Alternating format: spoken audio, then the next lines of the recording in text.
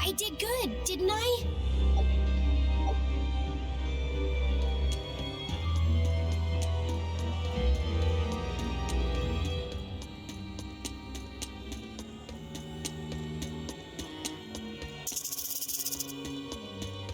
I'll show you the power of my camera! Roll down! Darkness!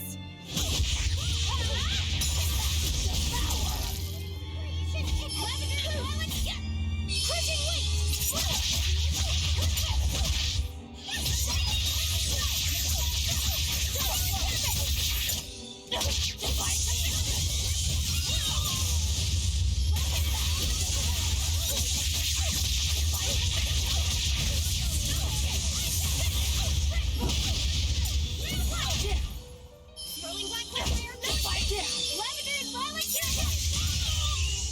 Hey, is everyone all right?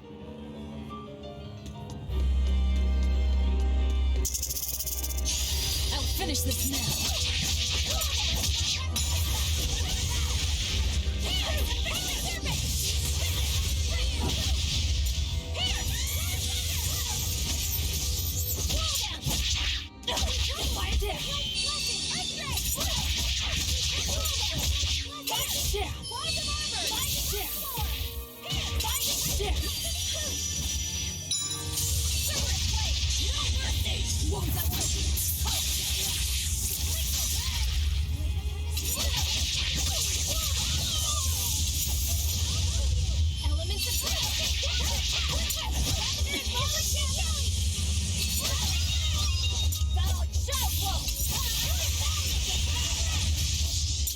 This fight is over.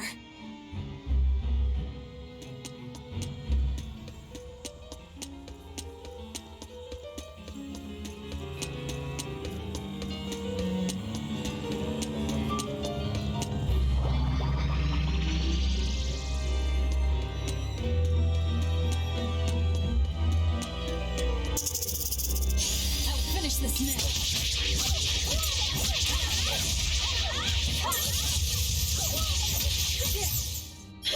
Rain down.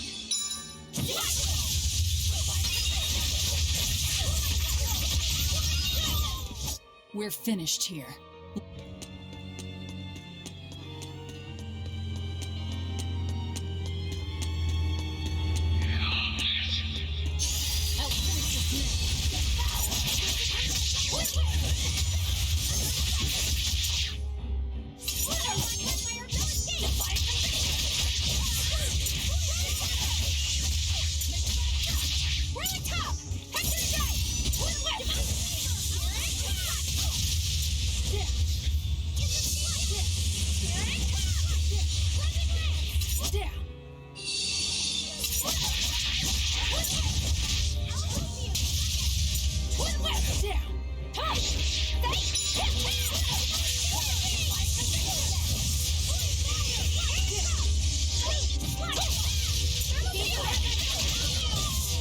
This fight is over.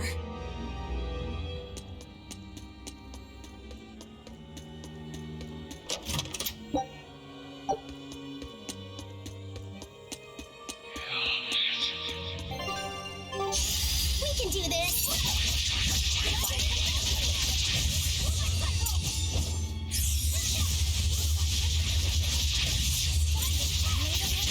Here's my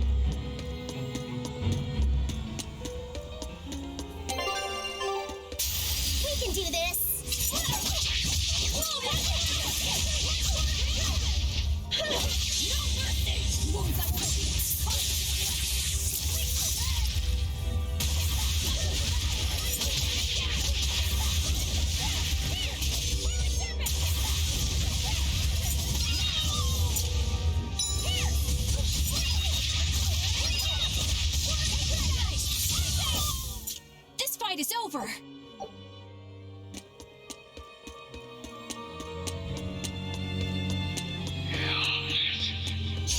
I'll finish this man. Slow down! Shadow flow!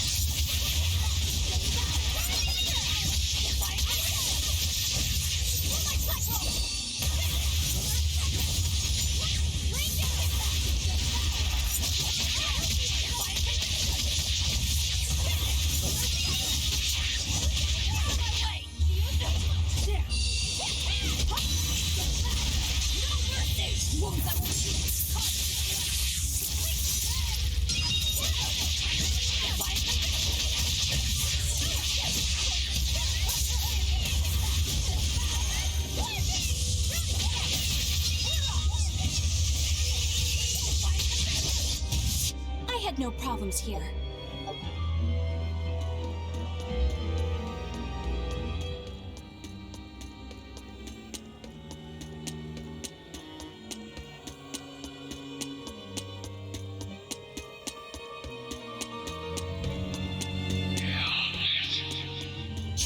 We can do this!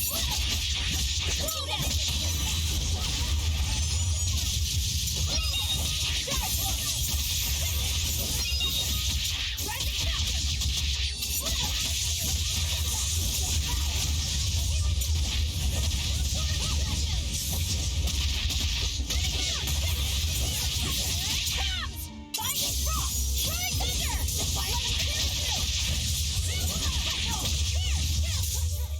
I hope I did a good job.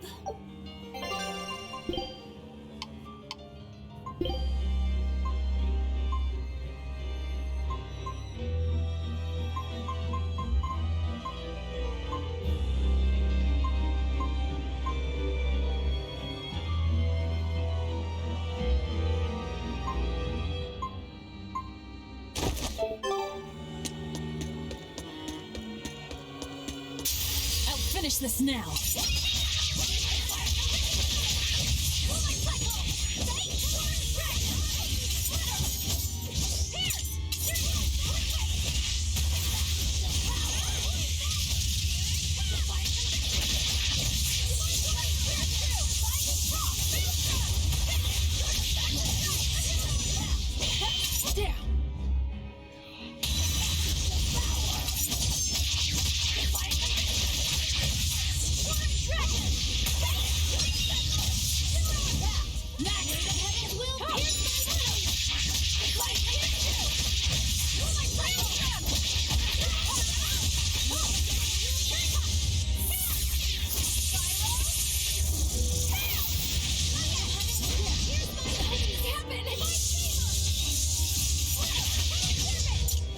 Did you see that? I beat it!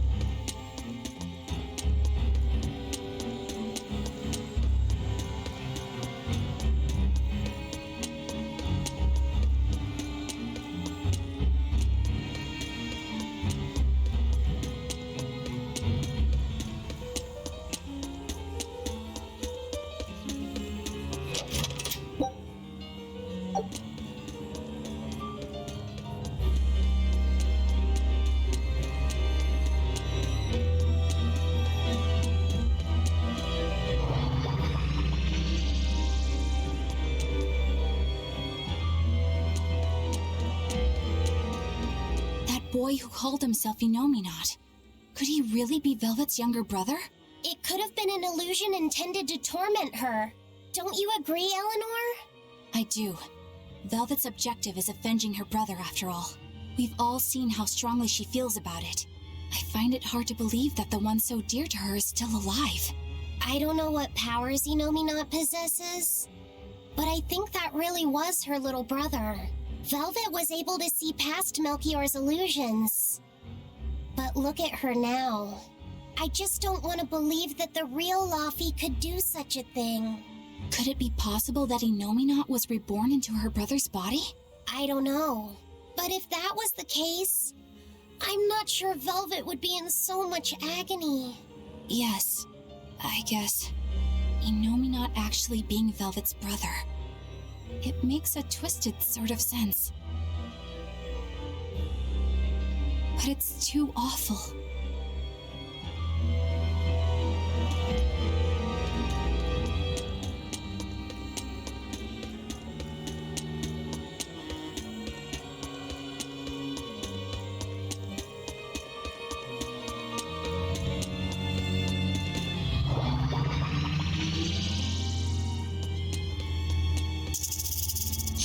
We can do this!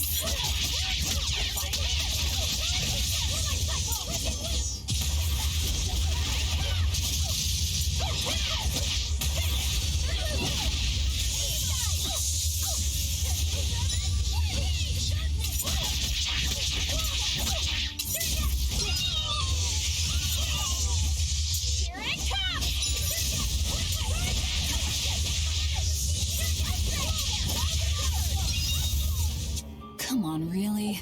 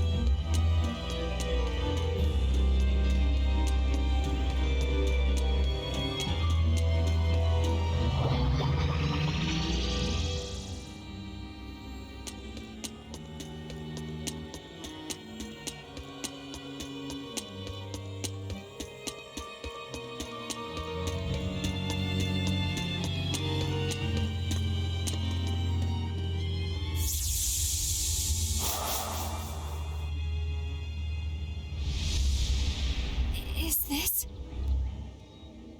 Look!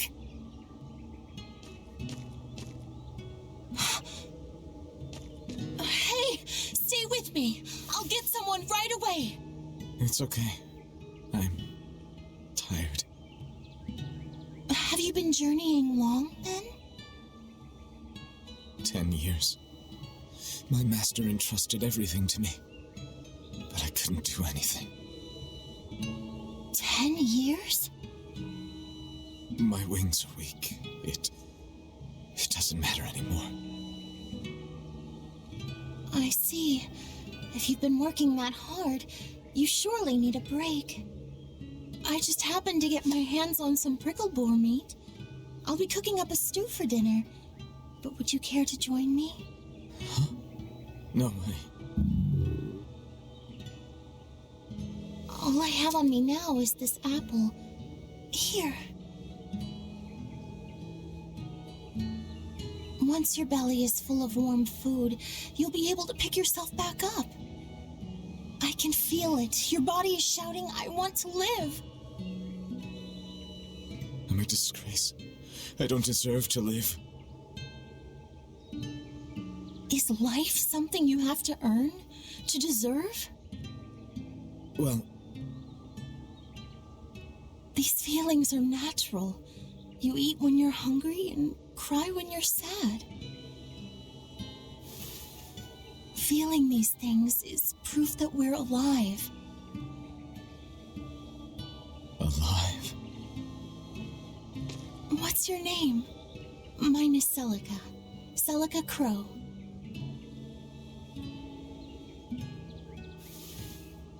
I'm an exorcist. Tori... No, Arthur. I'm Arthur.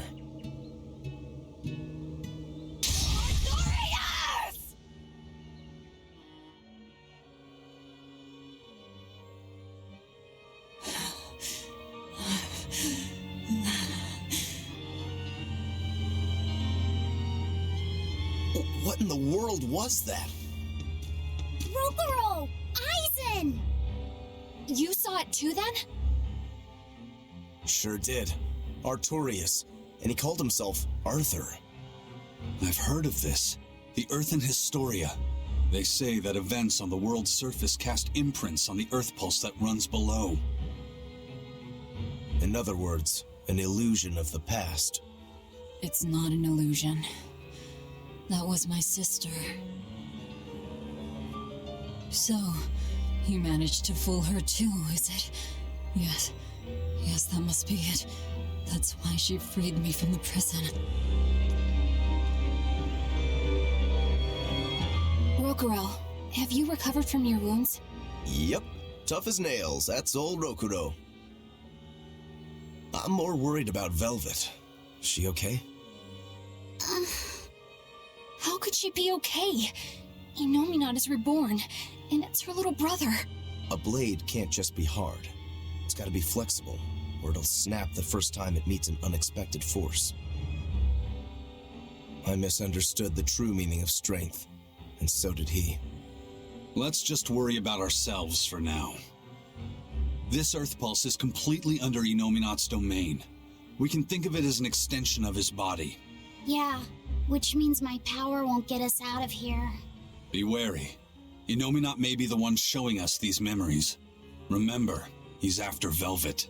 And the two types of malevolence inside her. True. And we may be able to use that against him to get us out of here. What are you saying? Just use her? If it's necessary. We have to keep moving. Nothing will be gained by staying here. And we ought to look for Magilu. Even she doesn't deserve to be stuck here forever.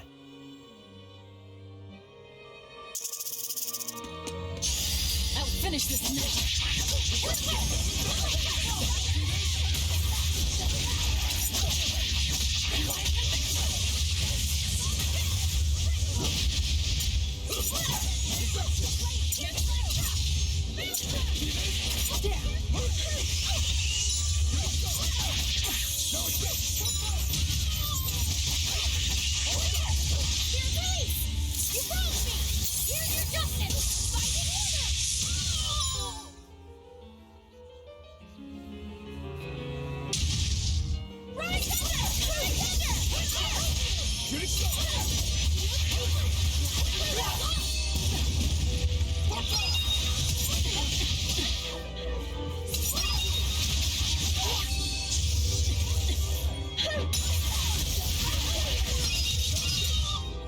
Come on, really?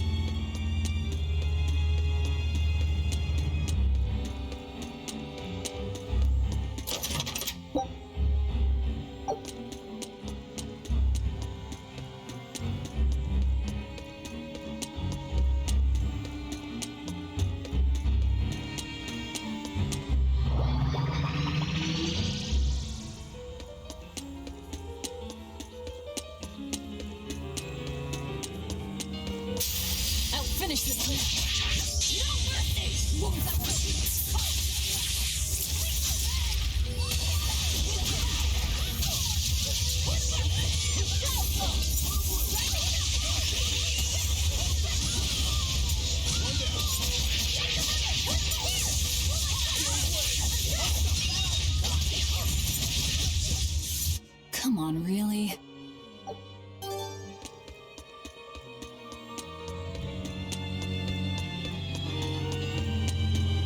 So, what is this Earthen Historia you mentioned? As I've said, an earth pulse is a natural force that circulates within the land. Wind blows, water flows, birds fly, flowers bloom. All actions in nature leave their mark on the earth pulse. These marks become etched within the land itself and remain a part of the earth pulse, like memories. So it's a record of the world's past. Does it remember human and Moloch deeds? Everything that occurs is part of nature, including the acts of humans, Malachim, and even demons. So that means that even this very conversation is being recorded in the Earthen Historia? Anything bad I've done in secret, any insults you've ever told behind someone's back, the land sees it all. My insults? It's just an example. Pay it no mind. Does that mean that Innominat is drawing specific memories from the Earthen Historia and showing them to Velvet? I believe so. That's how Rokuro and I saw the same thing, even though we weren't there. With the Earth itself as his vessel. It's a trick only Innominat could pull off. Awfully devious for a self-styled Empyrean. But the attack did strike home. Keep a close watch on her until we're out of the Earth Pulse. Right. Velvet's psyche took a heavy blow there. Yes. She's in rough shape. How long do you think she'll last? What do you mean? Just what I said. Remember, hardness alone won't save you from breaking. If she keeps being shaken up like this, she won't be able to handle it. But what can we do? If she breaks, she breaks. Until then, we go on with our mission. What? Can't we help her? If you let sympathy fog your vision, you can end up crashed on a reef. Even so, we can't just let her suffer. It's too much. I'm fairly sure that Velvet would say the same thing if she was in Aizen's place. And do you agree, Rokuro? Me? I still have a debt to Velvet. I will pay it. But in the end, her fate will be something she'll have to decide for herself. That's true, but... Then I have a decision of my own to make. I won't give up on Velvet, no matter what. I see. Do what you have to. We won't stop you.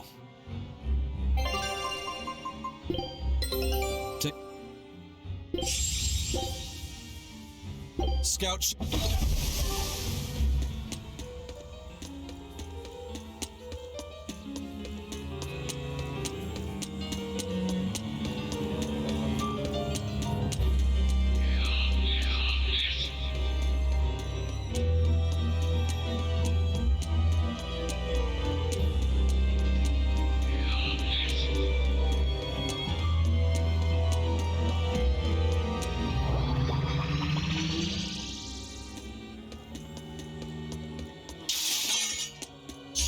We can do this.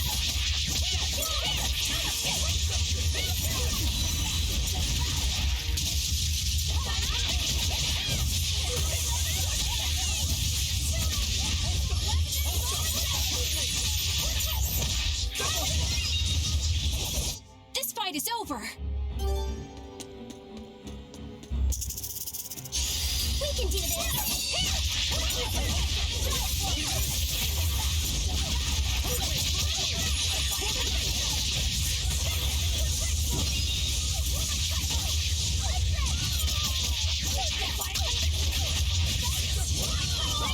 One down.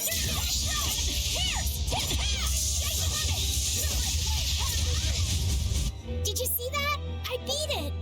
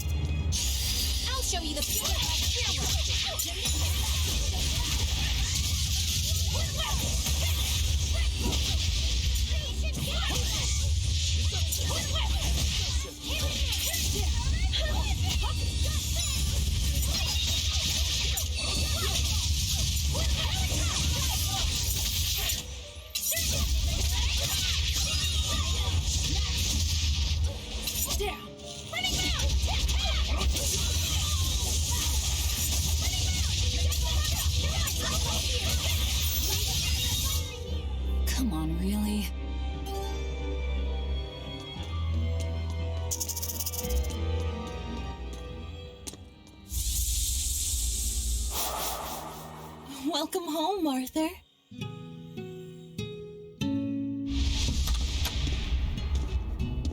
Hi, Celica. I fixed the fence around the house. Oh, thank you, sweetheart. With the brigands stepping up their attacks, the town elders have been worried, but this should put their minds at ease. No. If the brigands turn into demons, a mere fence won't stop them. Nothing. Don't worry about it. I'm pretty confident in my carpentry. And the other two? Probably at the Cape again. I've warned them 100 times that it's dangerous. Luffy said probably badgered Velvet into going. Don't worry, she'll watch out for him. Yeah, I can only hope that this little one grows up to be as strong as she is one day. Huh? You're happy, I hope. Of course I am. I never thought I could ever be this happy.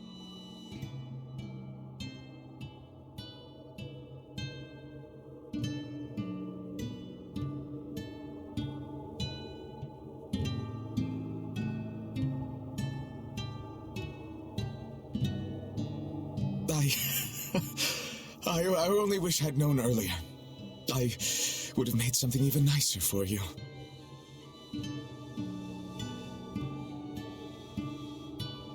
Oh, you made this for me? Yeah, I put all my heart into it. I'll cherish it always. It'll remind me of this happy day. Let this serve as proof of our love. This I swear. I swear to protect you both with my life.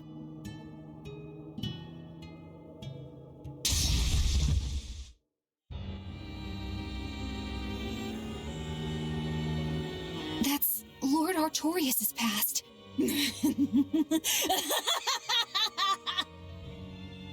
Oh, that's rich! You made me believe that tripe! It's all a pack of lies. His smile, his promise, everything.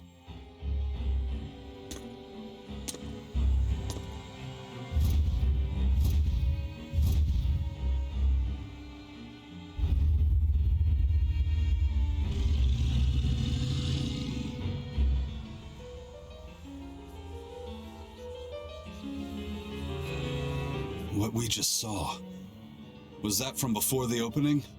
Yeah, Celica was there, and Artorias still had use of his arm. It didn't look like he was an exorcist either. I never would have thought Lord Artorias could smile so tenderly. But he's since become an exorcist, taking on the mantle of shepherd and the weight of the world. All because he lost his beloved wife. I'd understand if you wanted to back out, but at this rate, I think the time is coming. Not much longer now. It's coming. To think I ate up his lies without questioning a word. What a joke.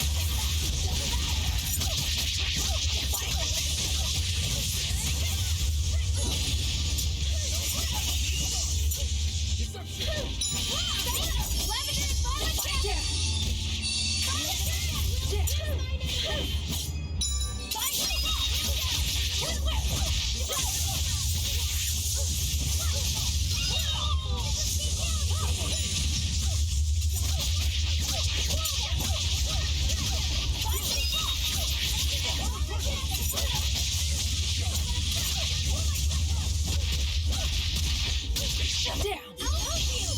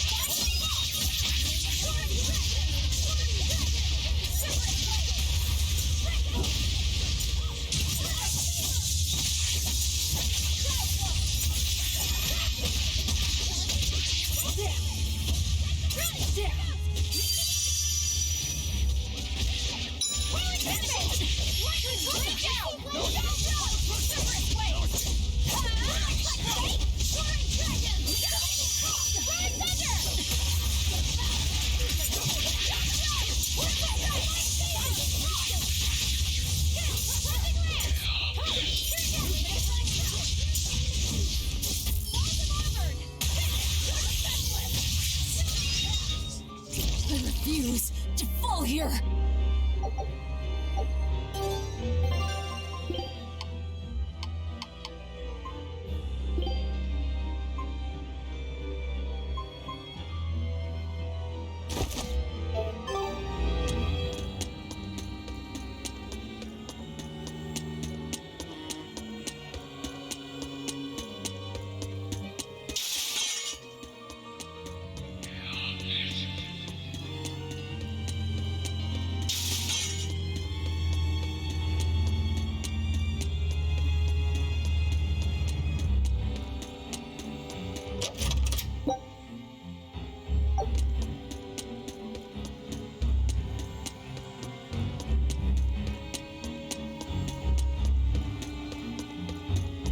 Velvet didn't know those things about Artorias and Celica, did she? Probably not. That was when the two were alone and first getting to know each other. We were seeing glimpses of a warm, loving family. But really, it just gave me the creeps. Same here. I could keenly feel Inominat scheming behind everything we saw. He's trying to get at Velvet. I think she used to truly love Lord Artorias. Having that happy past thrust in front of her at a time like this must be tearing her apart. Probably, but a demon like me wouldn't understand. What Velvet is going through is horrible. Even as a human, I can scarcely imagine what it must be like. But I approach it just a little bit, because like her, I was his pupil. Artorias said he needed 2 types of malevolence to awaken Inominat. The illusions at a ball, making sure we knew about the attack on Titania, and Inominat appearing as her brother. If all of that was planned to extract the malevolence from her, we'd all better brace for worse to come.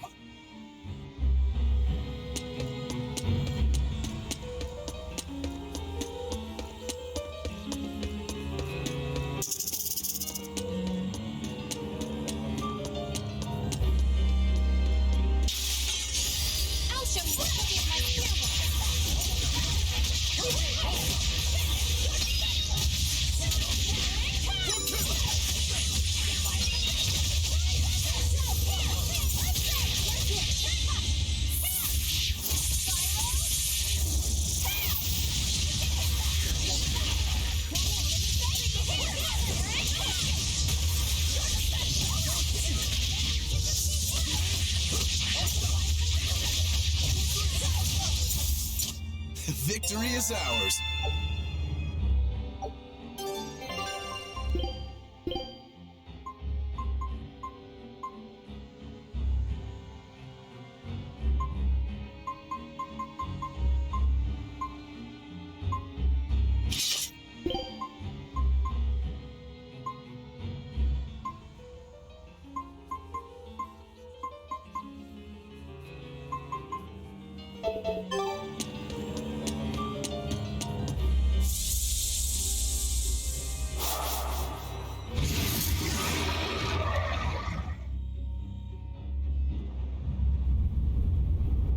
The Scarlet Knight?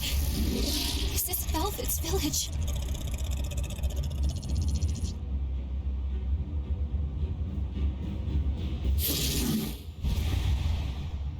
Damn! So many of them!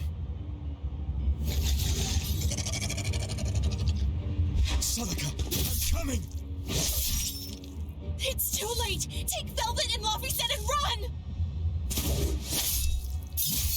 I can't do that!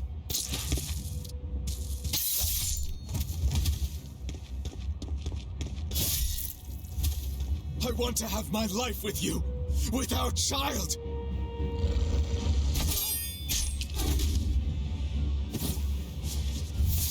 Arthur! Celica!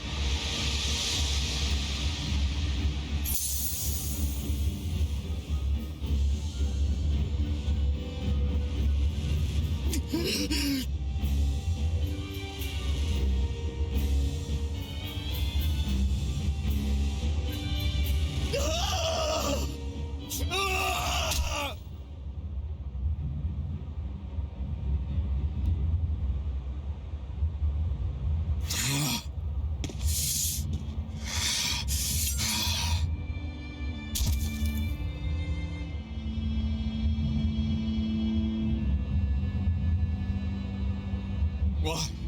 Why?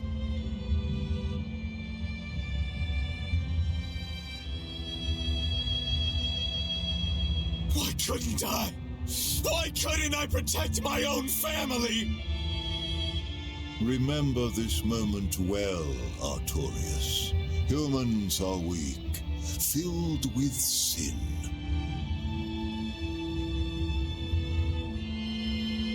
Melchior! The people of this village offered you and your beloved family up to the demon brigands. A sacrifice, so that they could escape and hide. No, they wouldn't. It happens often.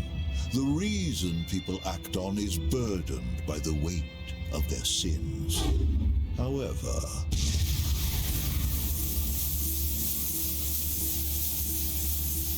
have found a method to adjust their reason. Our domain?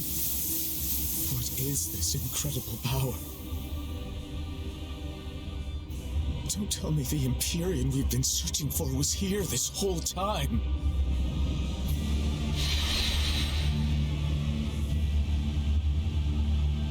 These Malachim. So they have been reborn, but be not deceived. They are not the same people you knew.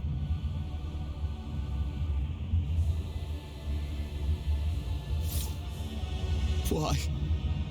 Why must fate be so cruel? It appears that Innominat's resurrection is incomplete. We must guide him until we understand why. I'll be taking these Malachim. Wait!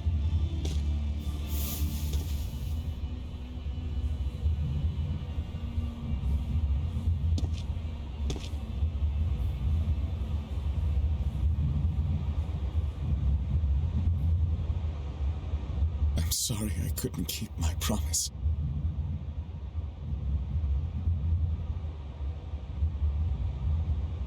I'll make things right. I'll abandon who I am.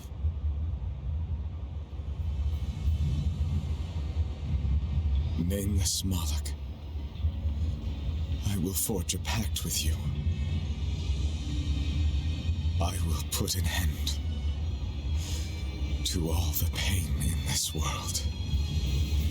Do you have it in you? You who abandoned my friend's ideals and fled. On the souls of my dead master, wife, and child, this I swear. My name is Artorius Colbrand. I have inherited the will and the strength of Claudin Asgard, former head of the Exorcists. Very well. Let tonight's tragedy change fate and birth salvation.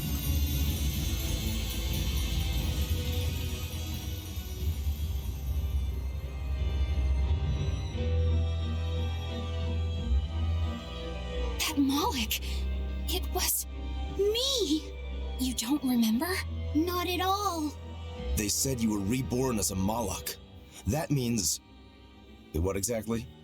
The soul of a human who passed away can, given the right trigger, be reborn as a Moloch. You're saying that Artorias' child was reborn as Laphicet? If what we saw was real, yes.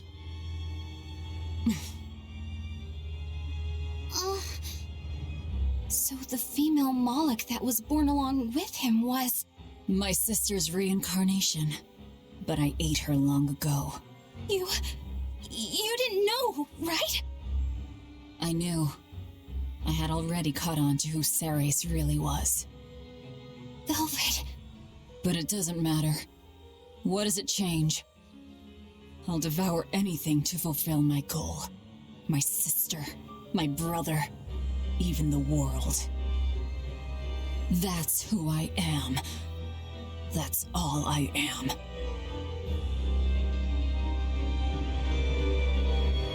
That was the day all of this started, wasn't it? Yeah, the opening. Innominat was halfway revived and demons became visible to all. His power also robbed almost every Moloch of their free will that day. I never imagined that Lord Artorias' quest to change the world was so steeped in tragedy. The villagers should have never sold them out to those bandits. It was cruel, yes, but nothing remarkable. People are capable of anything when under pressure, even more so when they can do it under the mantle of the greater good. Velvet's family was probably the furthest outside the village circle that night. That's pure selfishness. Humans are selfish creatures. You should be aware of that by now. That's why you said what you said just now, even if you didn't know it. Artorias' quest to change the world, not Artorias' quest to save humanity. I mean no disrespect. It's just an observation. A man with the power to change the world turned his back on the potential of humanity. That may be the biggest tragedy of that night. The savior of the world lost all hope in its people.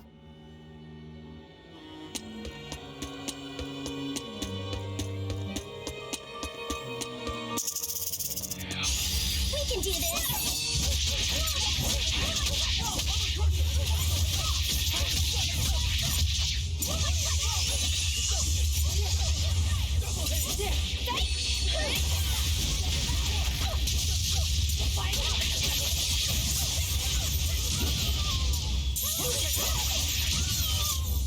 It's over, right?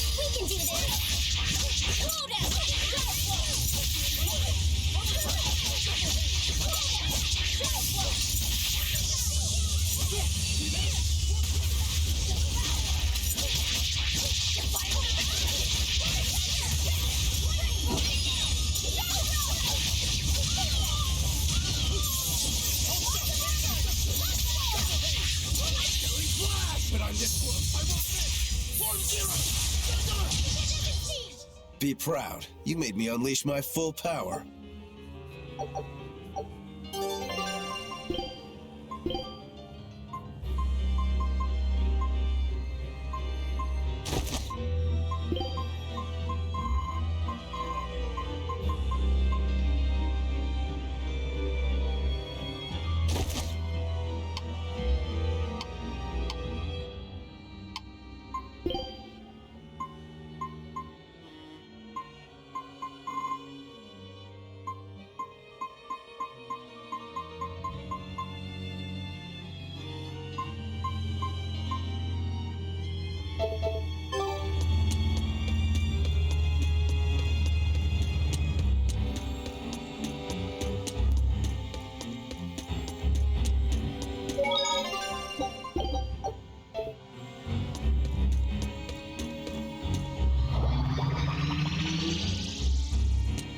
Eisen, you said a human soul can be reborn as a Malak given the right trigger, right? Is that something that happens frequently? I'm afraid I don't have an answer for that. We know that humans are sometimes reborn as Malakim, but not how or why. It's more likely among people with greater resonance, but the process is still a mystery. Huh.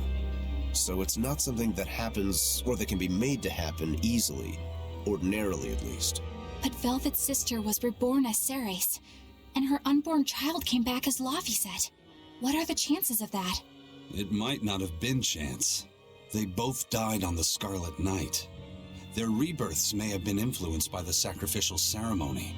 Are you saying that Innominat made it happen on purpose? Call it an educated guess. But I don't think even an Empyrean can control the lives of humans or Malakim at his whim. If it wasn't chance, it might have been destiny. Velvet said she ate Ceres, her own sister reborn as a Malak. How could such a horrible thing be destiny? Sorry. I didn't mean to make light of a tragedy, but our fates intertwine, the good and the bad, whether we like it or not. That's what makes it destiny, right? True. But this... Get a hold of yourself, Eleanor. Velvet and Laphicet are in rougher waters than any of us. They'll be looking to you to light their way. Yes.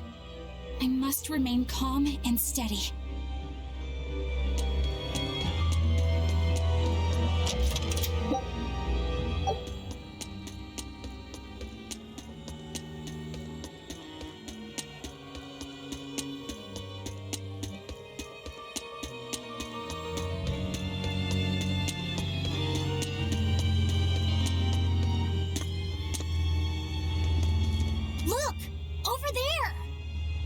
An Earth Pulse rift. We may be able to get out from there.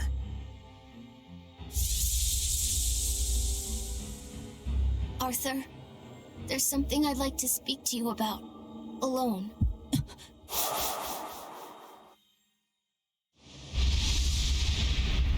Two souls possessing powerful resonance and free of malevolence. These must be sacrificed on the Scarlet Night. Ah, yes. The ceremony to resurrect Innominat. You read my book. I haven't fully mastered the ancient tongue yet, but I have read your notes. You wrote that if Innominat is resurrected, we can make a world free of demons. 7 years ago, a soul with strong resonance, my own unborn son, was sacrificed for that purpose. Now, Innominat's resurrection is half complete. Because of that, everyone's resonance has grown stronger, enabling them to see demons. Yes, that's the truth behind the opening. So, if one more person is sacrificed... Innominat's resurrection will be complete, and his power will spur the creation of many new exorcists. And there is another Scarlet Night very soon. Arthur, I must ask. Laphicet? Can't I be the sacrifice? Tell me, why do you think that birds fly? I think that birds fly because they must. Why else would they have wings if not to embrace the sky? I have wings too, weak as they are. That's why I must fly, now! If we miss this Scarlet Night, the next won't be for another 3 years. By then, I won't be alive. Laphicet, why would you say such a thing? The 12-year sickness. That's the name of my disease. So you know.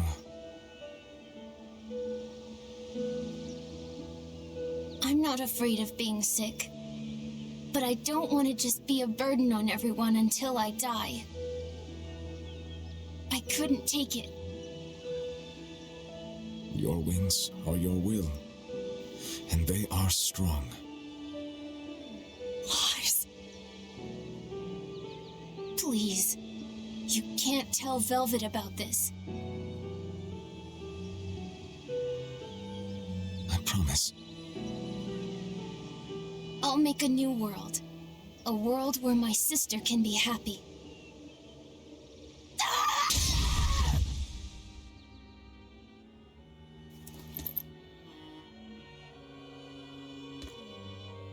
Don't talk to me about Will! About wings! Both of you! Together! You betrayed me! Whoa, hey! What's everyone apologizing for? We're a family, right? Hurry back. I'll make you a quiche, just the way she taught me. No kidding. I think you'll be an exorcist to rival even him. Shut up! He fell further than this back at the shrine. I will have my revenge. Revenge for Laphicet! Laphicet knew so much more pain than I ever will.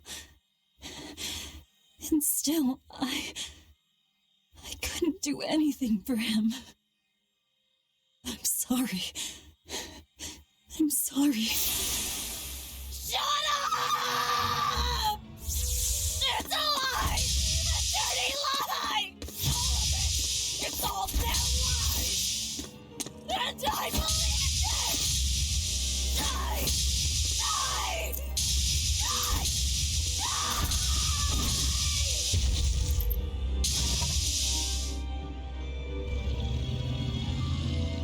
Get out of my way, you disgusting monster!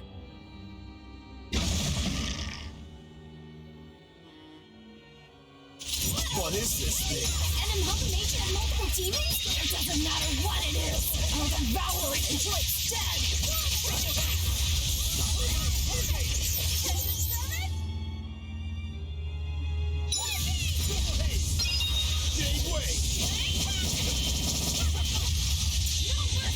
Wounds that will heal. Find it there! Hold up! Double hit! Hold up!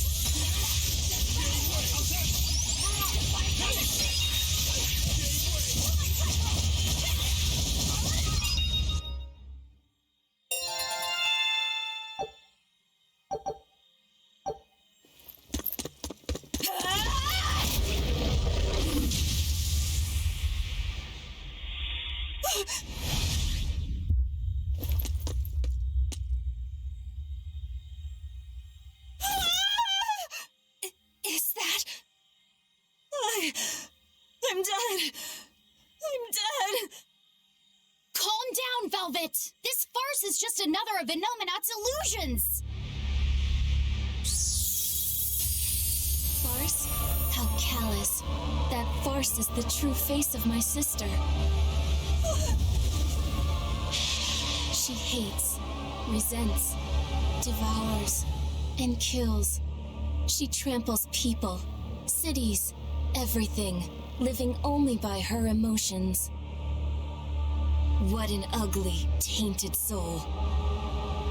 It's not like that! Nothing you say will matter. She knows. She knows if it's the truth. He's right.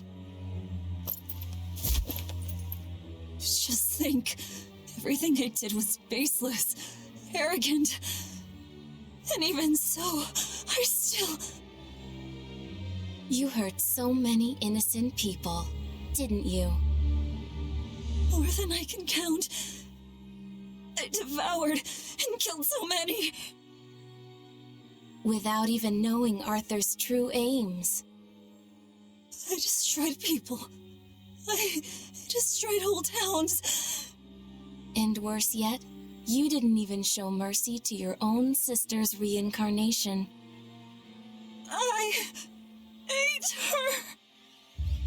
And despite all of that, I still love you, Velvet. That's why I chose to become a sacrifice. For you, sister. But think, if you tried to stop the resurrection, wouldn't my death be all for nothing? To tell you the truth, I was terrified of dying. It was so dark. I'm sorry. I'm so sorry. You'll accept it then? That everything you've done up until this point, all of it. Yes.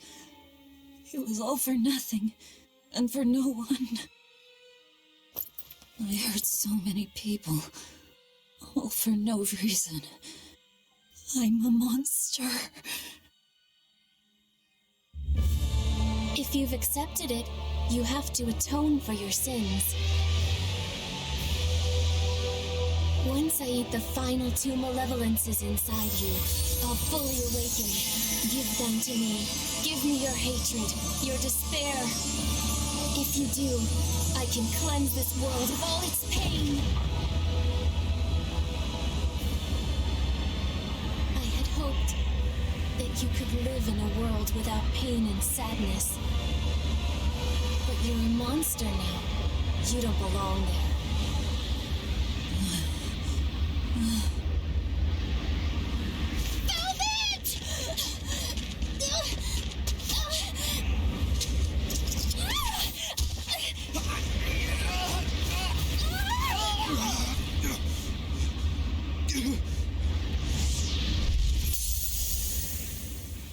Let me go.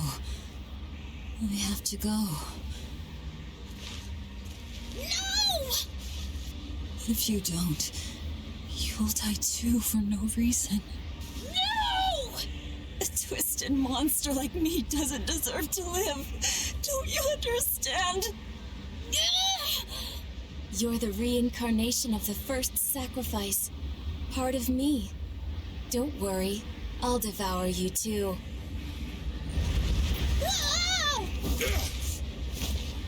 Laphicet, tell this self-absorbed idiot what she needs to hear! Please, let me go. Will you stop whining? No, I don't understand! You snap at people! You're scary! You tried to eat me! But you're also kind! And you're filled with life! I don't understand a single thing about you! But you gave me a name! When I was a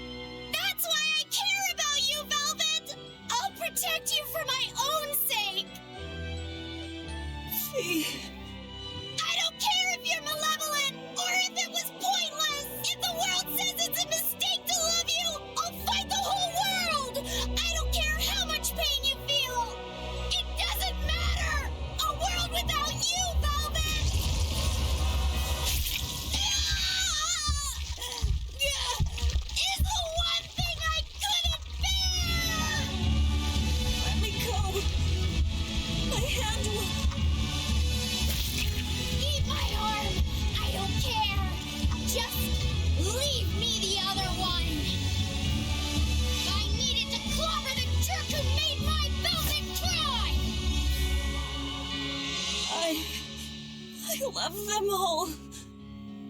I loved Luffy and Celica, Arthur, everyone. To have it all stolen from me. Why them? Why not me? It hurts so much! You despair. How is it going?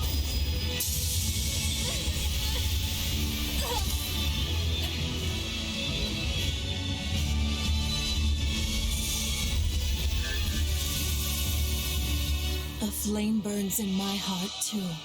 A flame I cannot quench no matter how hard I try. Just like you, Velvet. I finally understand how you felt. But the only one I can fight for is myself. That's good enough. That's proof that you are truly alive.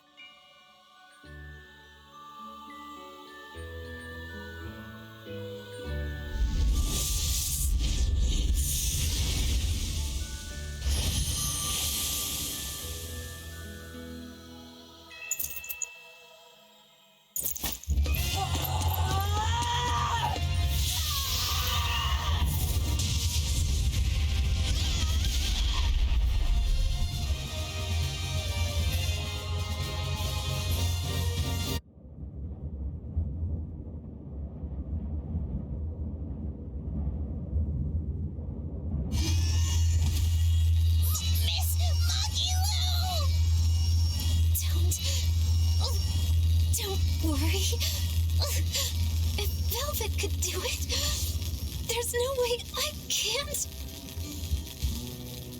How many times do you plan to destroy and rebuild your own heart, Magilu? We're on 107. Or was it 108? I lost count. Not that I really care.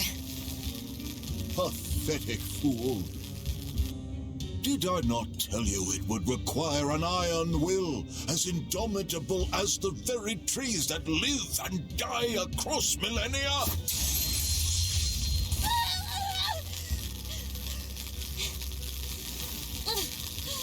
Like you, I suppose. Or that boy over there. That is the foundation of an ideal world, one free from man's sins. An ideal world, huh?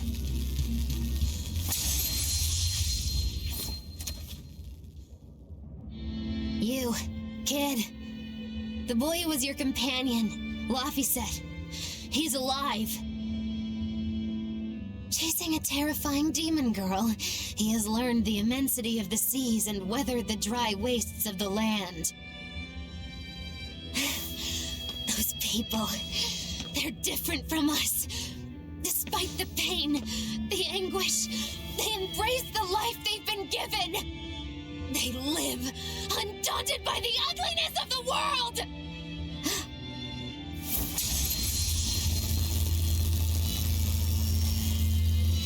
So you're doing this all for them? Is that what this is? Not even close. They aggravate me to my wit's end. Like stabs in the chest, over and over and over. And that's exactly why. That's why I intend to see how all of this ends. I won't be satisfied until I do. Words bereft of meaning. You truly are my greatest failure. Gosh, funny just how little I care. No, please!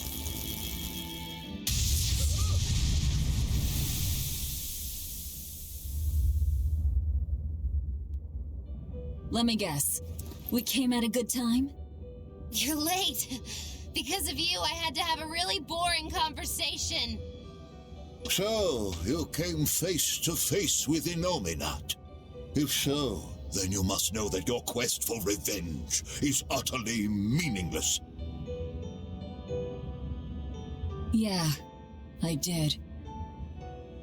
I know why sadness fills the world, and I know how deep are the burdens of sin.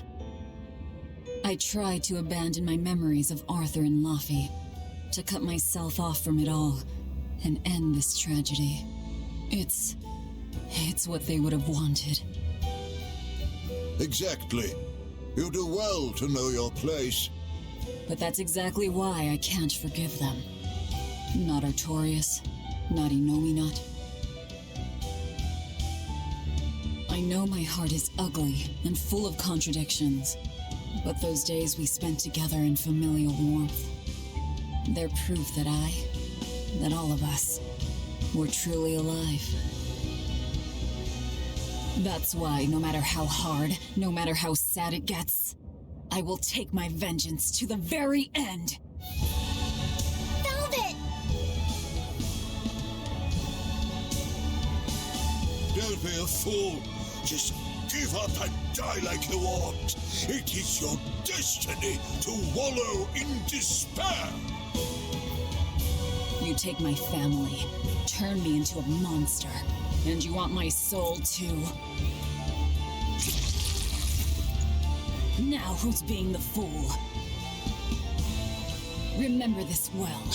The Lord of Calamity never gives up, not even in the face of death. Have you no shame for your sins, you unholy monster?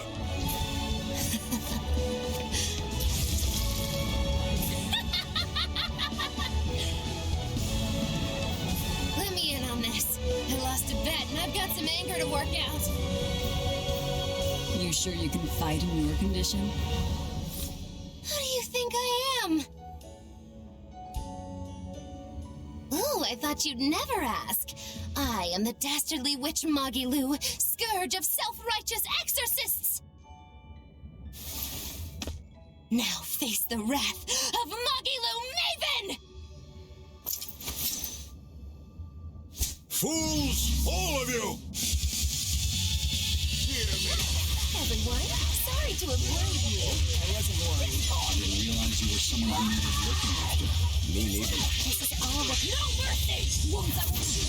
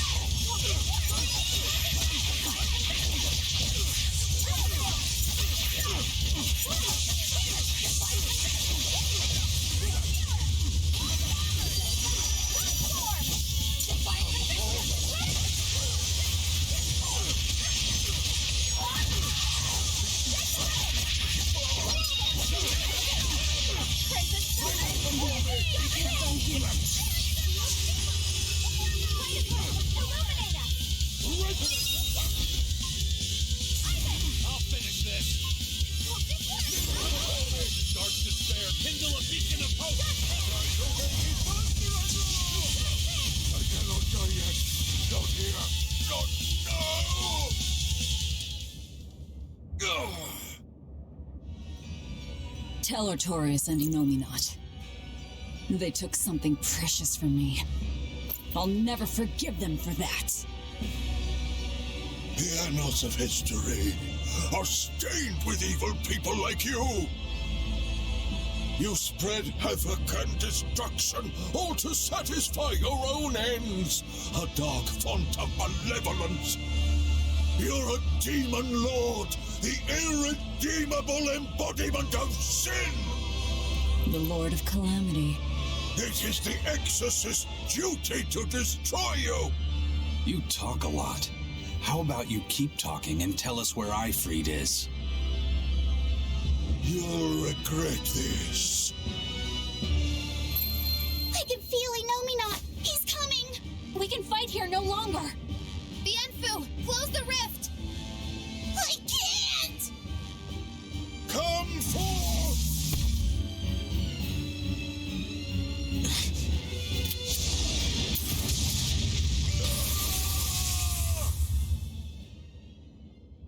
Carelessness will get you killed. Zavid.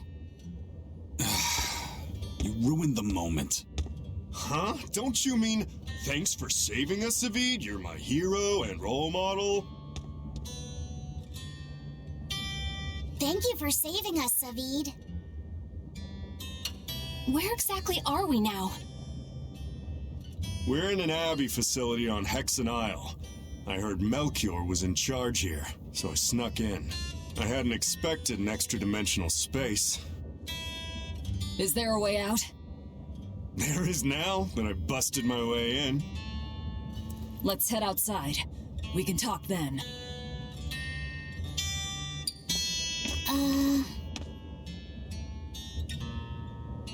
Who's that?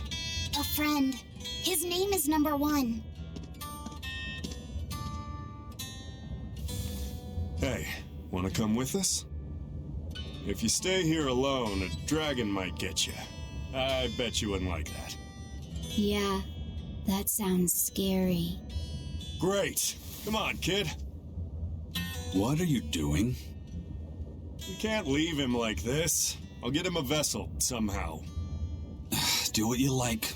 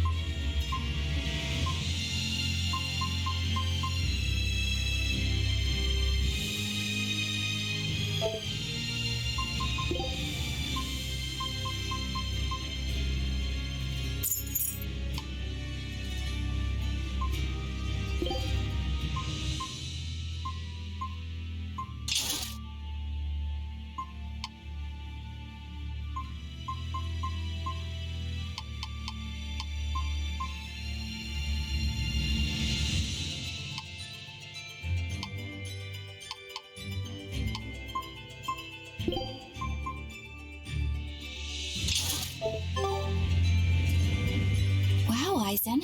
Your palmiers are every bit as delicious as the ones you can buy from a baker. It takes a lot of time and work to get that good. They say it takes 3 years to master caramel custard, but 8 for palmier. I never figured you for someone who would be so passionate about baked sweets. What? So just because I'm a pirate, I can't bake? No, I didn't mean it like that. It's just that these are so good, and you made them with such perfect attention to detail.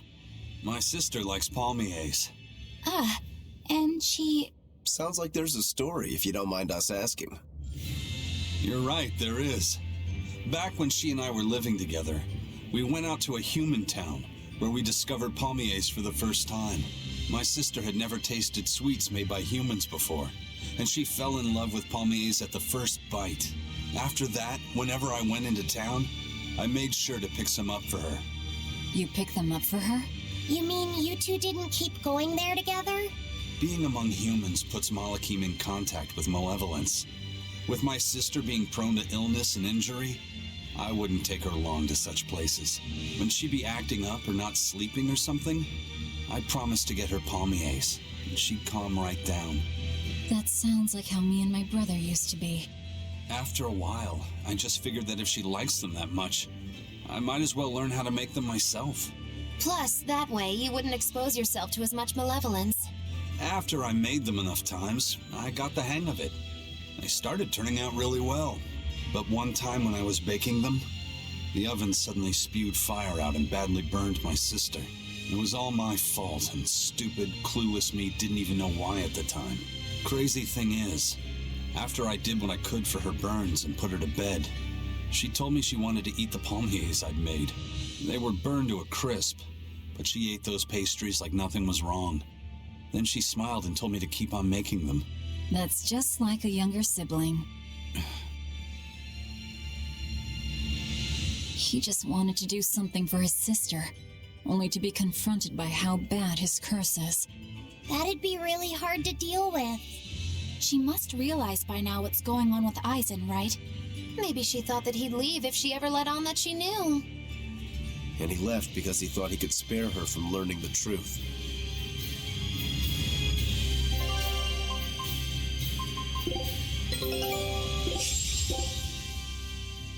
Scout ship setting sail.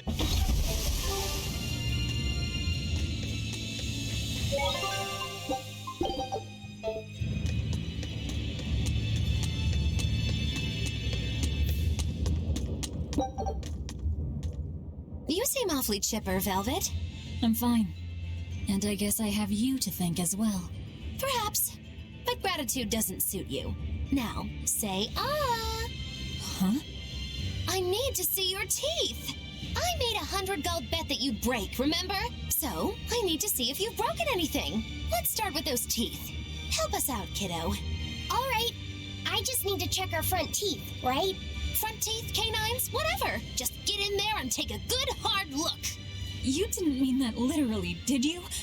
Why are you making Fee do the checking? Acting the innocent maiden, are we? Well, I suppose that some say that showing the inside of your mouth can be more personal than being seen naked. What? Seriously? Magilu, you're only making this even more awkward. Come now, will you cooperate or not? We can't settle the bet until we know the tooth. Fine, but let's check the ones in my left hand first. Good. I believe Bienfu can assist with that. Why me? Leave me out of this! Bien! She's squeezing me! Ouch! Those things hurt! Looks like Velvet is just fine. Yeah, the sparks returned to her eyes. But, is showing the inside of your mouth really that embarrassing? What? Keep your intrusive questions to yourself.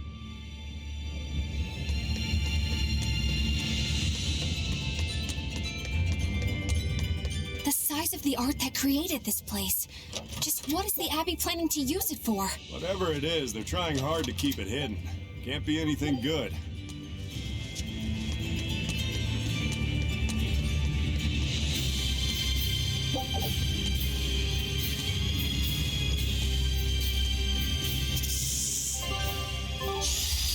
I'll finish this.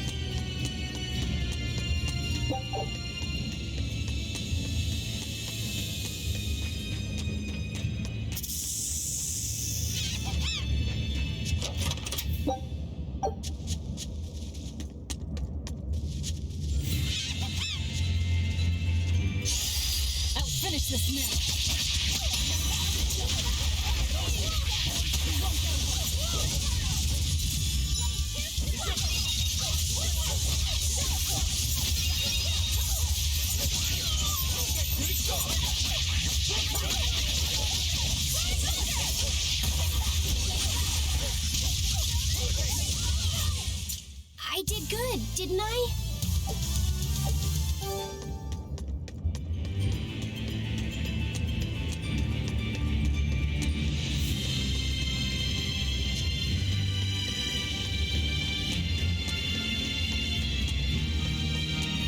Hey, who was that kid anyway? He and I used to be tethered to an exorcist named Lady Teresa. He was number 1, I was number 2. Oh, a friend of yours then. So he went feral after that Teresa lady fell. Yeah. I found Velvet and the others, but he probably had nowhere to go. A stray Moloch stripped of his free will won't go much further than a demon's belly. Anyway, seems like the only people I run into these days are kids. I'm more in the market for an unattached woman with a pretty face. Sorry? I'm just fooling around. Grow a sense of humor, kid. Anyway, relax. I'll keep an eye on him until he's in command of himself again, alright? Just one more reason to bring the Abbey down. Right. Thanks, Savid.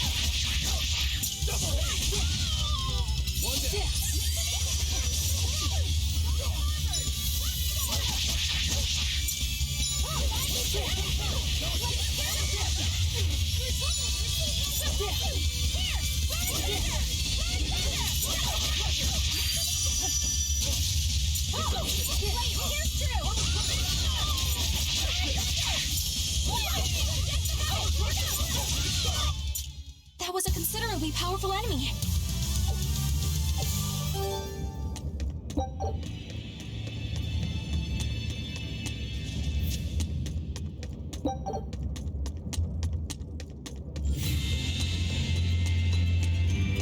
Hey, Laphicet, can you think of a good name for the kid? You're giving number 1 a name? Yeah, he says he can't remember his true name, and calling him by a number seems mean, you know? Yeah. I was really happy when Velvet gave me my name. Hey, I've got this. How about Hajime? It means the first, and he's number 1, right? In that case, why not just go with Ichiro? No way. It was Shigure's childhood name. Why should that matter to us? It should be softer. How about Ichi? Or maybe something like Numby? Numby? Where'd that one come from? It's like Number, but, more cute. Let's just forget that one. I don't think we should reference his old number at all. How about Bob? Is that just because of his hairstyle? That's really reaching. Actually, I kind of like it. If it's too plain, how about Bobby? That isn't bad. Right? Then number 1 is hereby renamed. Stop it, you two! You don't understand it at all. A boy doesn't want a name that sounds cute. You don't think so? That was quite an outburst. The kid has a point. You need something with more panache. How about Silva? Silva? His hair and pendant are both silver. I like it. It's got a certain mystique about it. Silva. Yeah, it sounds cool. Well, if his old buddy Laphicet approves, then Silva it is. Well done, first mate. Praise from you is wasted on me. Then consider it praise from Silva instead. Right, time to go give him the good news. Hey, the Moloch formerly known as Number 1. You've got a new name. I'm glad he got a good name. Maybe we should have put a little more thought into naming you, too. That's all right. You need to steer your own ship. Right, Eisen? You're the one who taught me that. You know just what to say, don't you? Moloch, formerly known as Number 2.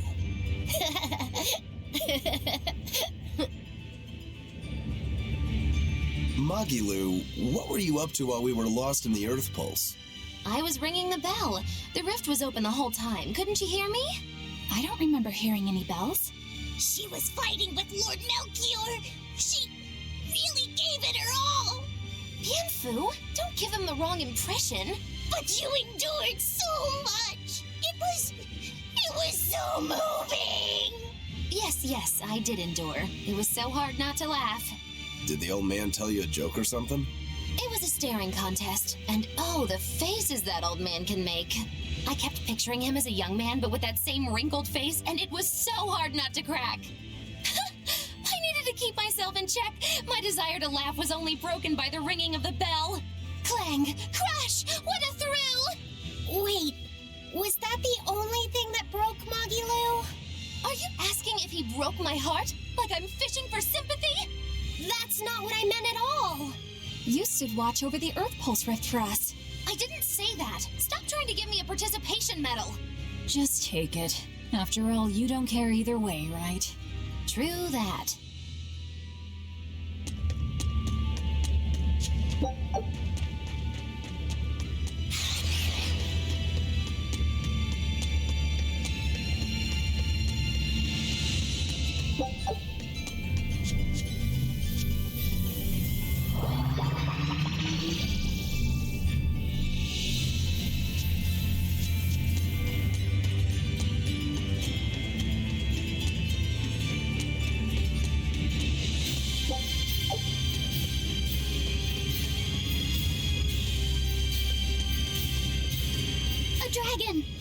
It looks like it's been captured.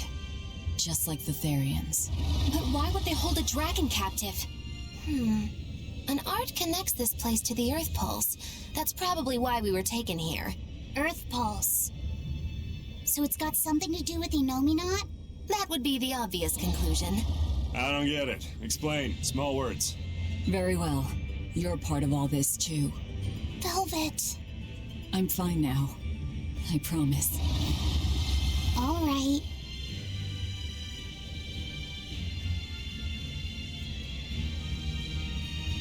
I see.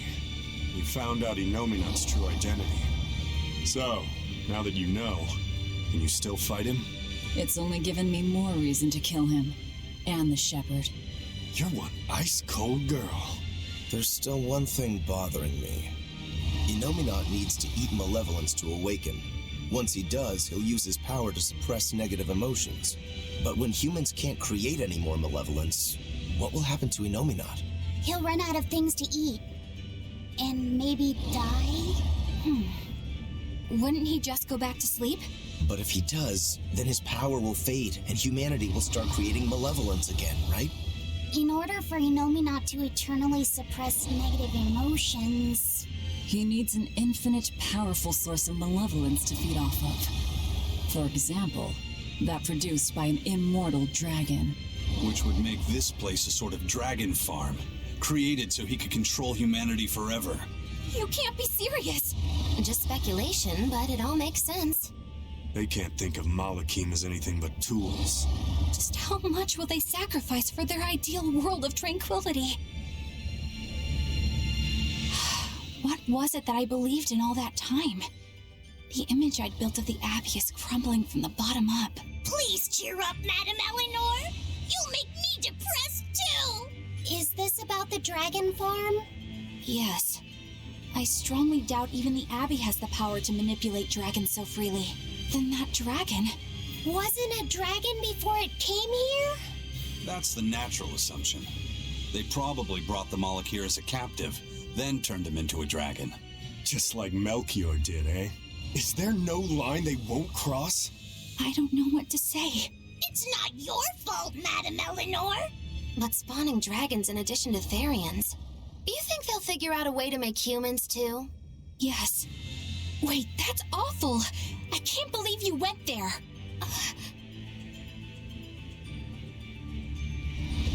We don't dare free it. It'd be too dangerous. I know. Damn the Abbey and their twisted morality.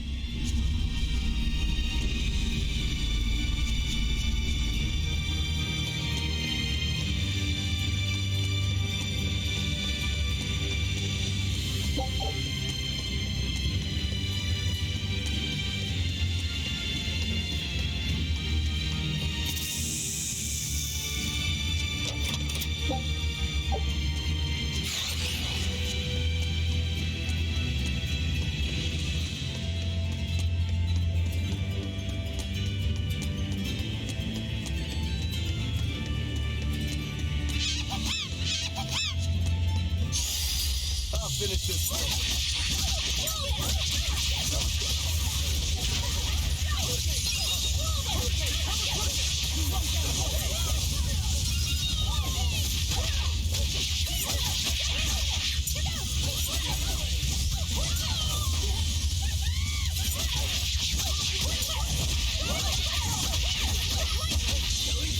But I'm this close. I won't miss. Form zero. Reach out.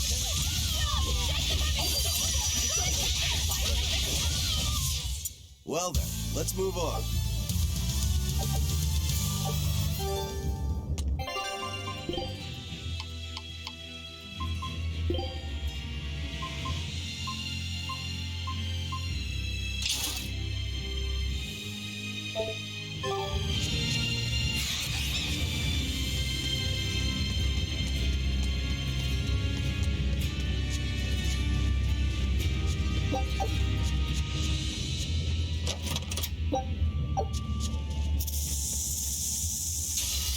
We will need to be extremely wary.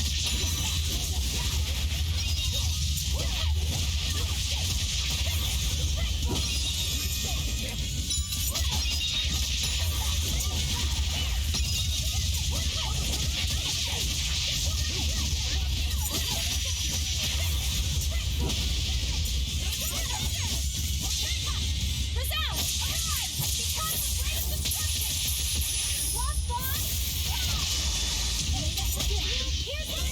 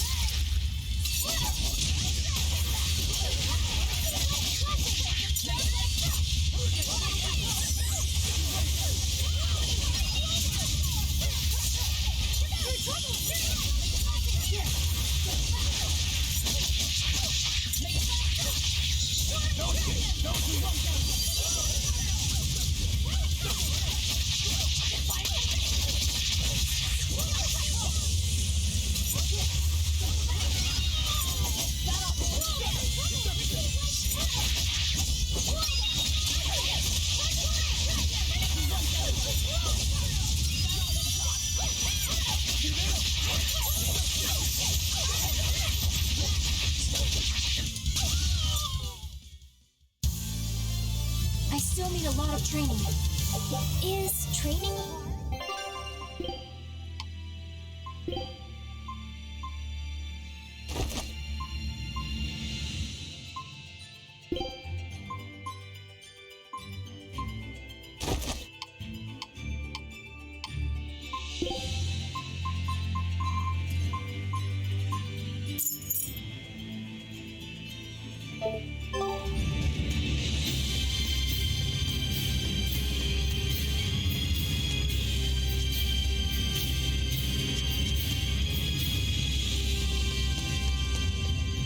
Velvet, What is it? I was once your sister's child, right? Then my father is... Look, you were reborn, right? Yeah. Honestly, I really don't know anything about how being reborn works. But to me, what you see, what you hear, and what you feel, that's what's important. Whoever we used to be in another life, I'm me now, and you're you. That's all there is to it. Velvet. That's true. Eisen said that not all Malakim are humans who have been reborn, right? Does that mean they could be reincarnations of birds or fish or beasts? That's not true.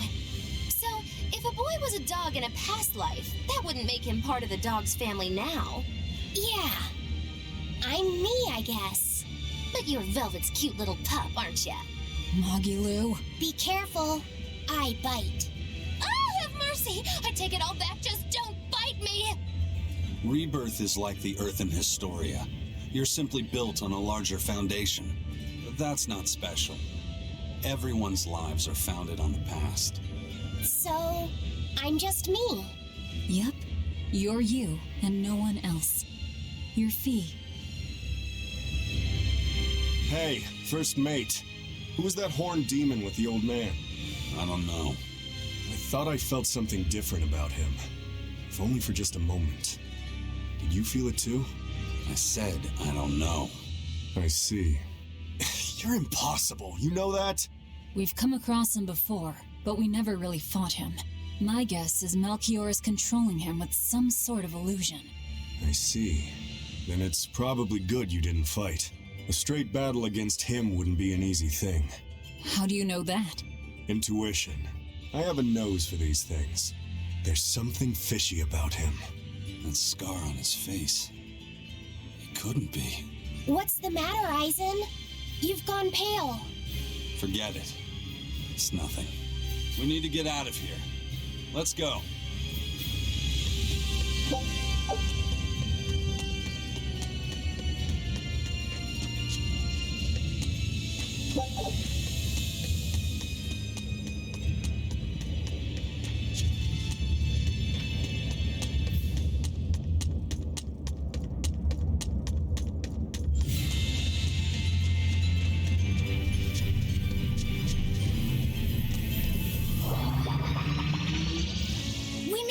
I came here by ship. It's anchored by the southeast beach.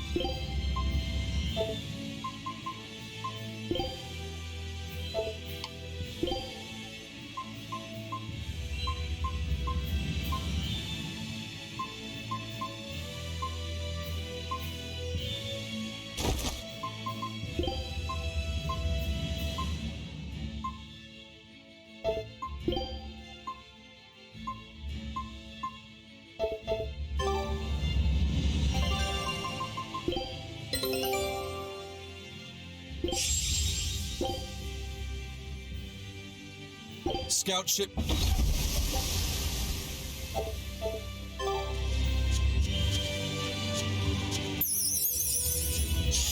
I'll finish this quick.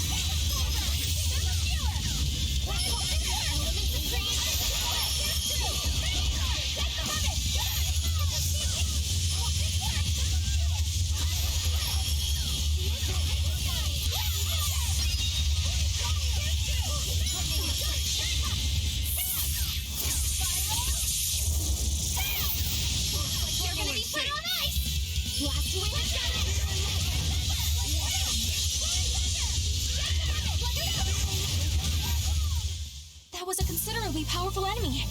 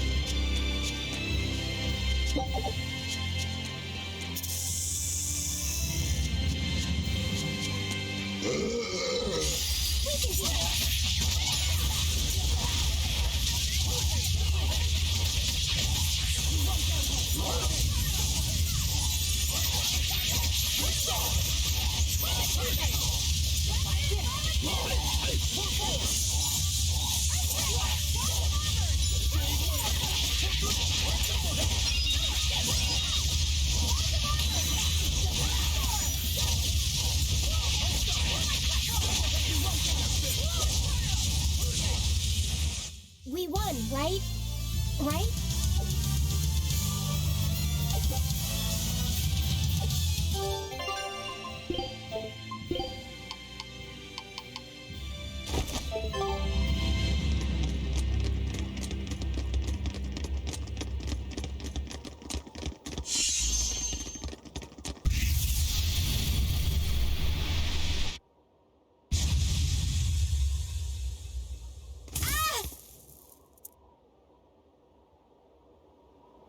What happened?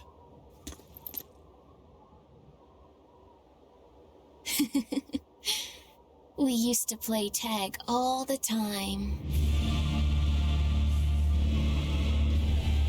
I won't let you get away, Velvet. You know me not!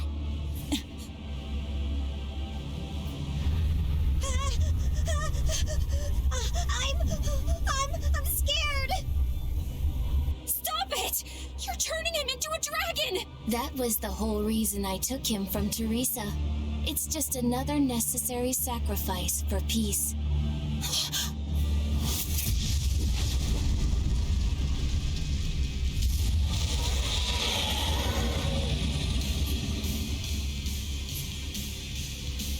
Innominat, you monster! Innominat to the front of us, a dragon to the back of us. Reaper's curse doesn't begin to describe it. What a shame. Is that despair I sense? Not on your life. It'll take more than this to make your big sister break. The more you resist, the more you'll suffer. Velvet, let me punish this rotten little delinquent. You're just a Malak. You don't stand a chance. I'm not just any Moloch. And I'm sick of murdering scum like you. I know no limits! For I am Sabine! Sabine!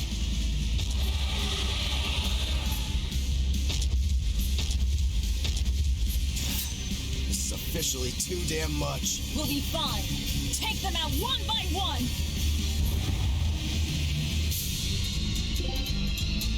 If only I'd been a larger vessel. Save your regrets for later. We're dead if we don't focus. Bringing them a swift death would be a mercy.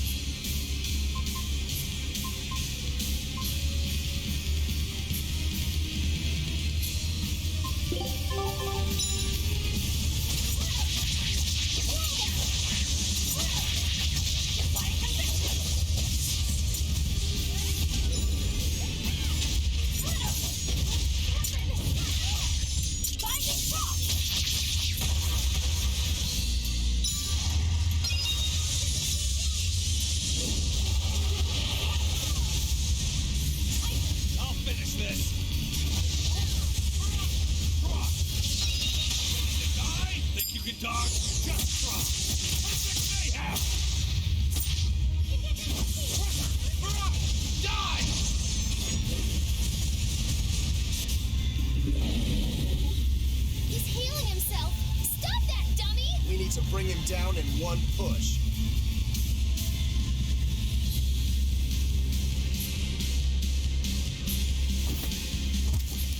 I told you you would suffer. Safid. I'll hold off Not. Everyone else, take out that dragon. There's no way you can face him alone. At least let me assist you. This isn't an order. It's strategy. I'm counting on you, Fee.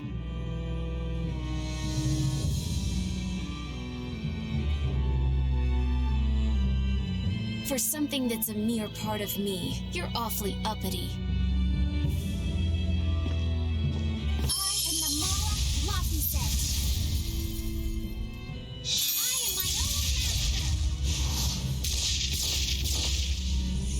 I miscalculated before. I won't hold back this time.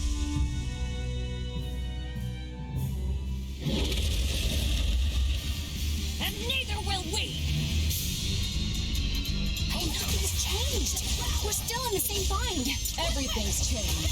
He is trying to become someone new. It's a gamble. I'm in. Me too.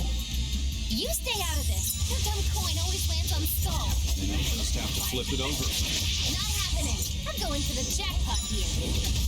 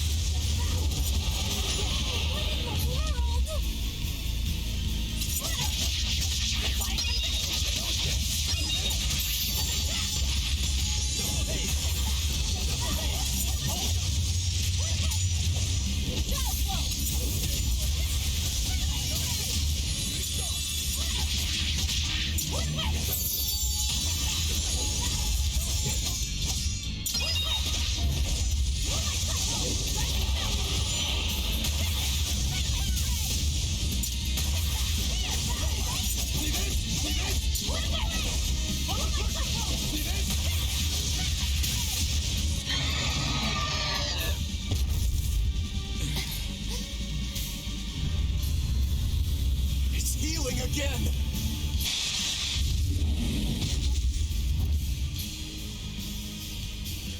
No, it's not!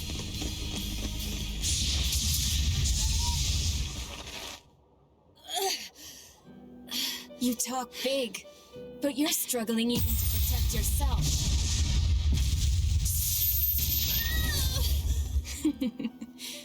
If you apologize now, I'll make sure it doesn't hurt when I devour you. No way I'm apologizing! Not to some jerk who doesn't understand how Velvet feels! And you're saying that you do? She's my sister. I know everything, but I won't tell you! So be it.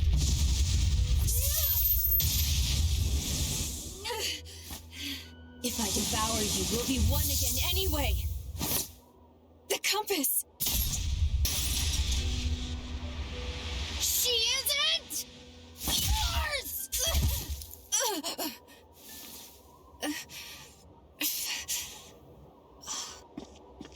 Velvet is Velvet! And you're just a fragment of me! Guys, look out!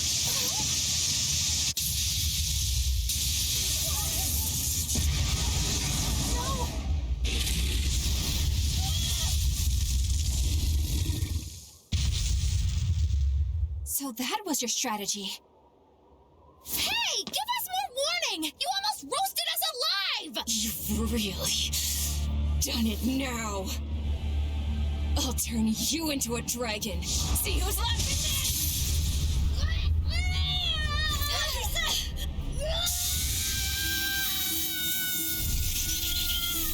What's going on?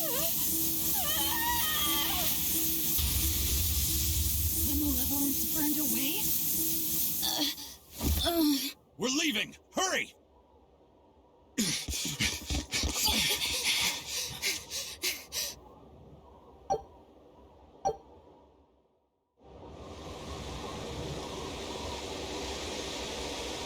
They got away. A silver flame. A strange art that Malak used. Did you forget that you have the power to digest malevolence? That thing may be a fragment, but it's still part of you. But the dragon attacked me. If it hadn't disrupted my concentration like that, I never would have let my fragment lay a finger on me. So long as you learn from your mistake, such a ruse won't work a second time. After all, Malakim are mere servants of the Empyreans. As long as we stay wary, they pose no threat to our ideal world. Your awakening is nearly complete. None within your domain can stand against you without the power of the 4 elemental Empyreans. And they are fast asleep, far beneath the earth pulses. I'm going after them. No, not now. We need to make preparations for the ceremony of suppression. We'll send this one after them instead. A demon? Will he be reliable?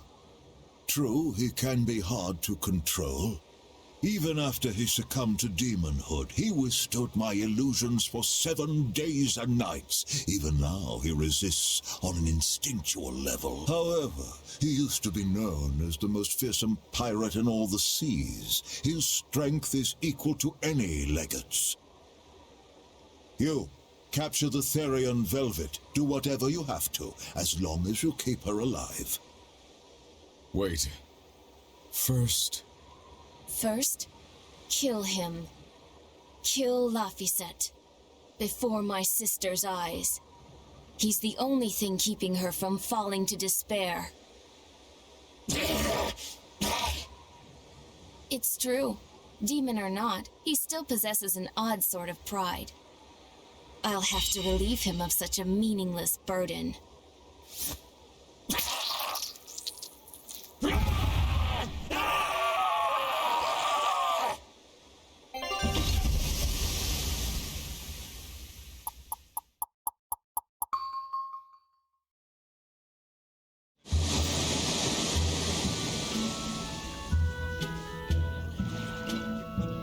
Well, that made for good training, at least. We fought an Armatus, an Empyrean, and a dragon. It's a miracle we're still alive. It's all thanks to Fee. He's still asleep. He must have used all his physical and mental strength.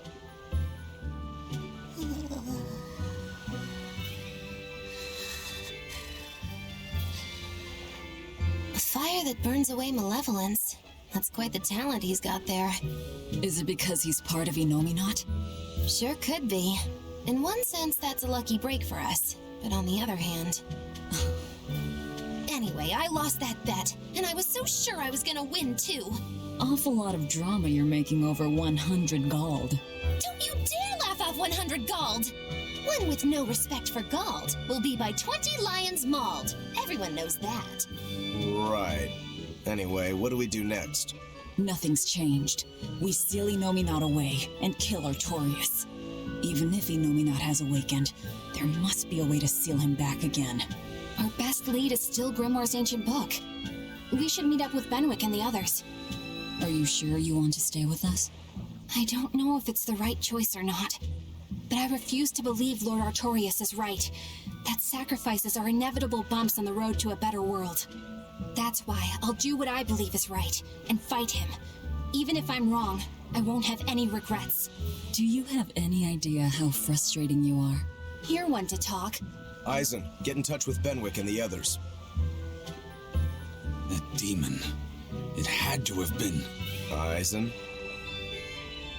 I think we need a break more than anything. That was a long stretch of battle. Seconded. Besides, the boy and Zavid aren't waking up anytime soon. Let's find a place to sleep for tonight. Eleanor, look after Laphicet. Maybe you ought to carry him. He did all this for you. Please. Very well.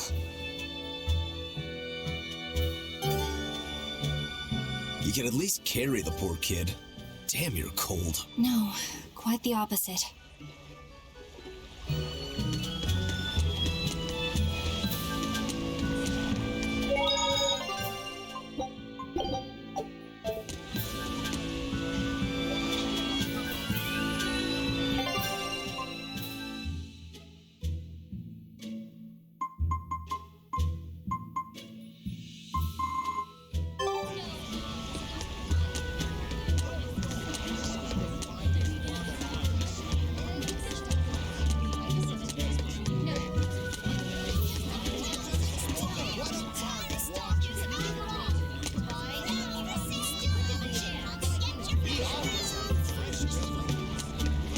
I'm glad you didn't win that bet, Magilou. Sure, you're glad, but what witch would be happy at losing? And you pampered Velvet like crazy! It's your fault I lost. Really? I don't remember doing anything. Nope, wasn't us. Staying out of it is just as bad. If you don't throw salt or sugar into an open wound, you're guilty of being too nice. I lost the bet because of you. You owe me. In that case, let us get in on the action. Let's make another bet. Oh, I'm listening. I'll bet 10,000 gold that Velvet cracks. Oh. I'll make that same bet. 10,000. Uh-huh. Hey, wait a minute! You both know that I'm the one who wants to bet that she cracks. And you should have spoken up first. We can call the whole thing off if you want. No. What kind of gambler would I be if I back down now? I'm afraid I have to take that bet. I hereby bet 10,000 that Velvet doesn't crack.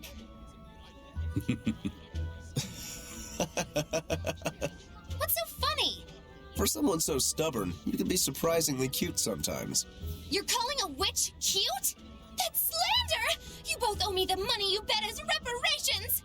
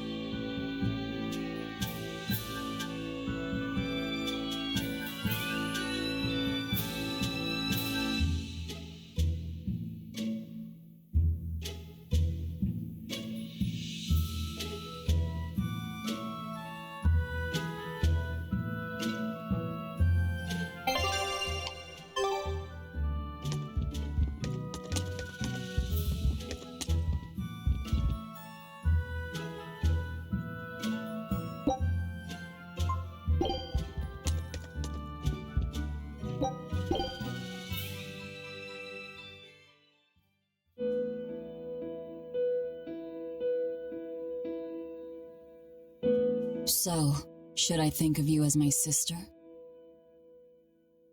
I'm a Moloch named Ceres. I've inherited Celica's memories, that's all. And that doesn't make you the same person? What exactly defines a person's identity? I may have her body and her memories, but... You're right. If your soul has changed, you're not the same person anymore. Even if I were Celica, I don't have the right to be called your sister. I followed Artorius' orders without question, sacrificing my own flesh and blood. What about me? I devoured you. I have no right to condemn you for what you've done. There's a difference, Velvet. I wanted you to do it. Even had I survived, I would have given myself to you before long. I wanted you to have my power, no matter the cost. But why? Right after the Advent, Celica's memories returned to me. It was then I understood what exactly it was I had done. Arthur, kind and caring, transformed into the cruel Artorius he is now. Why did your memories return? I don't know. I've heard that very rarely Malachim can regain the memories of their previous lives. Or perhaps this is my punishment for the pain I brought to you all. The stronger I feel my love for Arthur, the less I can forgive Artorius. My hatred of him has grown so deep, I'm not Celica anymore. As Ceres, I can never bring back the Arthur that I loved. Neither do I have the power to defeat Artorius. But you can. You're a Therian. You fully absorbed my power. You can face the Shepherd.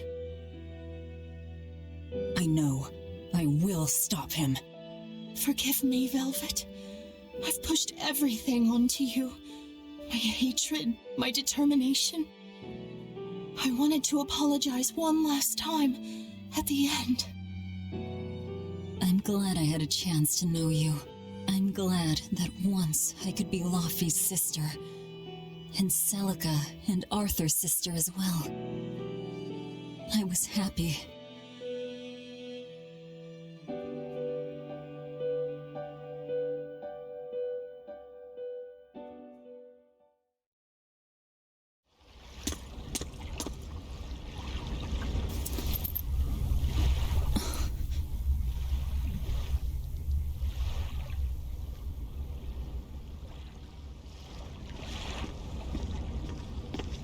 Velvet. Should you be up so soon? Yeah, but... Stay back! It's finally come to this. But of course it did. After all, I chose my revenge over a world of peace. I can't complain if people call me the Lord of Calamity. Velvet, whether you're human, demon, or Lord of Calamity, it doesn't change that you have beautiful hair.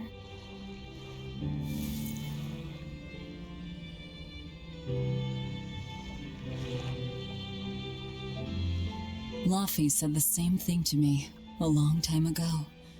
He gave me this comb. Your heart, I can tell it aches. Yes. But even still, no. Because of that, I've made up my mind. I'm going to settle things with Artorius and Innominat, once and for all. It must be done. For my sake, and for the sake of those I loved. I will too. Even without my compass. I'll place my hand on the wheel and chart my own course. I will defeat Artorius. But if I kill Innominat, Laufey said, and me and the other Therians, they'll all...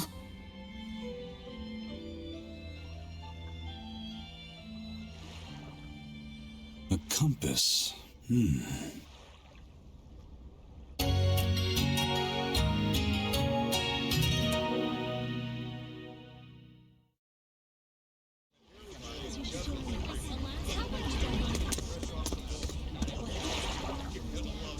Aizen!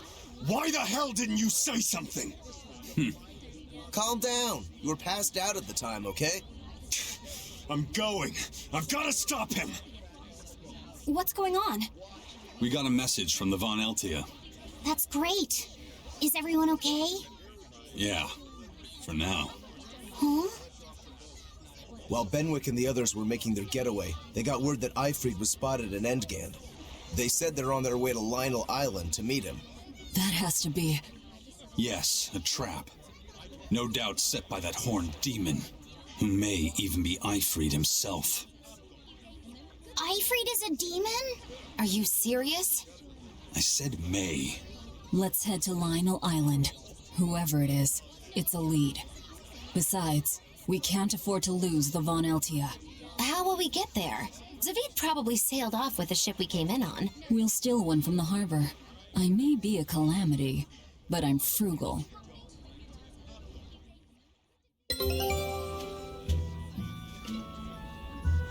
Curse it all. If only I'd noticed sooner.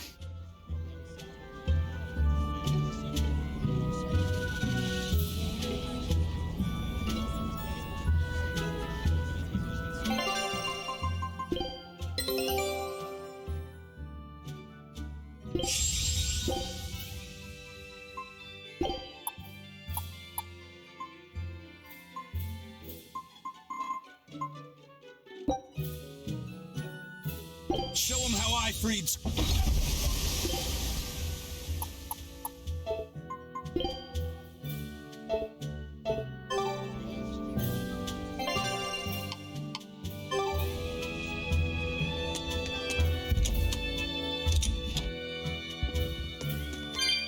weekend is Bunny Bonanza Saturday. Bunny Bonanza Saturday? What's that? I've heard of this. You eat a hearty, healthy meal of rabbit meat to help you get nice and strong. You eat rabbits? No, silly. The night of the third Saturday of every month, lonely people go to sleep hugging a rabbit. Huh. If you go to sleep with a fuzzy friend in your arms, you're sure to have good dreams. No, I'm sure I heard that you eat them too. You must be thinking of Rat Pig Roundup Saturday. There's a Saturday for rat pigs too? Yep. On the night of the third Saturday of every month, people who aren't lonely eat rat pigs to get nice and strong. Makes sense. Rat pigs are great sources of nutrition. An amazing choice for anyone, lonely or not. The secret to a happy family is Rat Pig Roundup Saturday. That's what I always say. I feel bad for the rat pigs.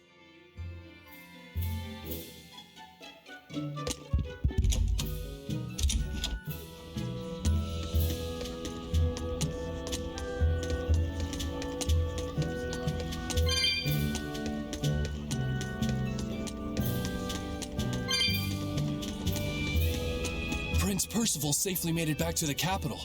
The Abbey used everything they had to rescue him. I heard he was kidnapped by the Lord of Calamity. So if they got him back, that demon must be... Dead, along with all of her gang. That's what a friend of mine in the Royal Army told me anyway. The Abbey's propaganda at work again, I see. We're finally safe! Hurrah! Hold up. From what I hear, no one knows if the Lord of Calamity actually gave up the ghost. Her hideout got destroyed, but some say she managed to escape. What makes them think she escaped? Fishermen from Port Renede saw a fleet of Abbey ships near that island that's rumored to be a prison. Just a little bit later, they saw a pirate ship speeding away from the area where the Abbey ships were headed. Well, that was definitely us. Guess it isn't that easy to hide the truth. There was some talk a while ago about prisoners' bodies washing up on shore at Port Renede, so that story sounds plausible at least. It does. And here I thought I was safe. So where did the Lord of Calamity go? The Abbey needs to get their act together and put that monster down already. Go ahead. Talk all you like.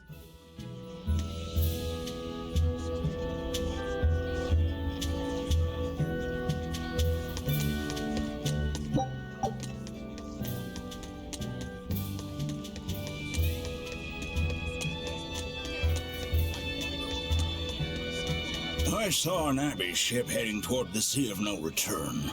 I wonder what they're doing. They've made that whole area off limits. The Guild got an order from the Abbey telling us to stay away. They're being nice and careful, and taking precautions to keep the secret of Hexen Isle just that. Yeah, but order or not, no one here is stupid enough to try to sail there. It's said that compasses go dead, and monsters from the deep appear. Everyone knows that the Sea of No... Come to think of it, I heard a ship from some other town... A dragon? You sure they didn't just get a bad... Well, that was my reaction, but then again, the Abbey did tell everyone to stay away, so something must be there. Whatever it is, we'd all bet... The Sea of No Return. What a poem. For the Malachim taken there, that poem is a tragic one. Everywhere the Abbey sets foot ends up as...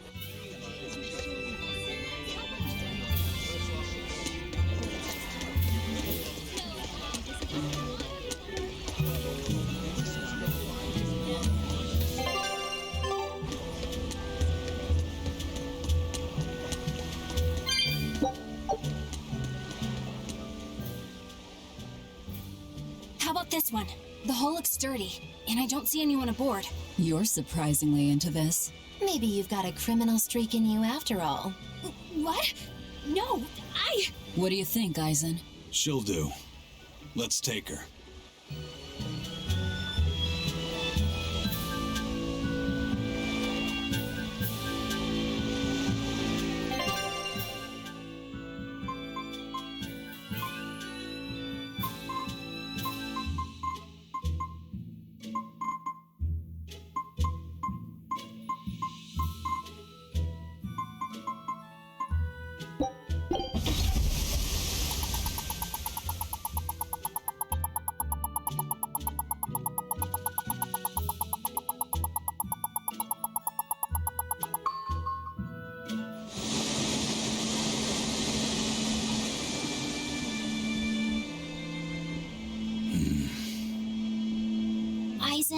everything all right? We're almost at Lionel Island, all thanks to this ship. She's got a good compass. Yeah. If only my inner compass held as steady. From the first moment I laid eyes upon that demon, I think I knew it was Ifrid. But some part of me refused to accept it. That's because you're Ifrid's friend, don't you think? After all, he taught you that the Reaper's curse was part of you, part of your creed. We were lost at sea once. 20 straight days we floated together, close to death. And all he says is, you sure know how to liven up an adventure. He sounds like an incredible person. You did the same thing for Velvet, you know. Only because you taught me how, Eisen. Your wheel is yours to hold, right? That's right. That's what it is to live by one's... Look, it's Lionel Island. Not good. The Von Eltia's already there.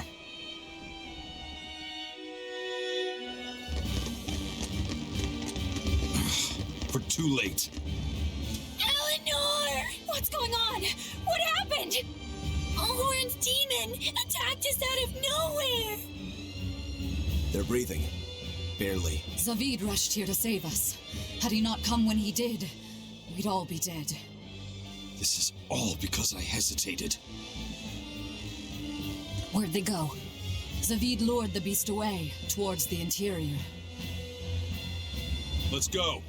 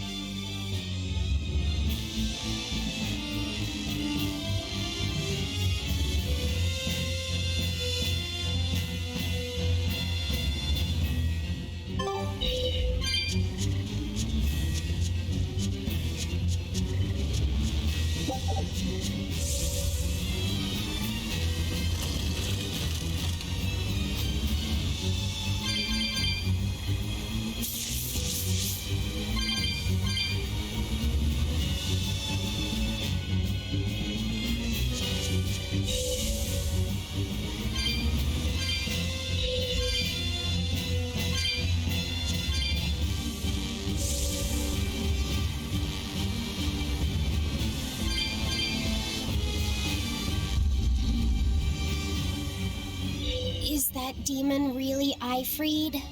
Eisen would know better than anyone, so I'd take it as a fact. But I thought when people have a strong will like you and Kurogane, they don't lose themselves upon becoming a demon. From how Eisen talks about him, I'd say his strength of will should be considerable. Even if you don't lose yourself, a demon is a demon.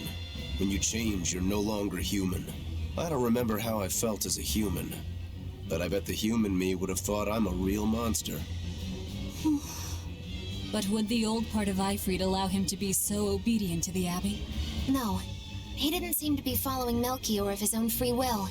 I imagine Melchior's illusory arts are at play. Like what we saw at Loringen in a ball? Is that enough to control a demon?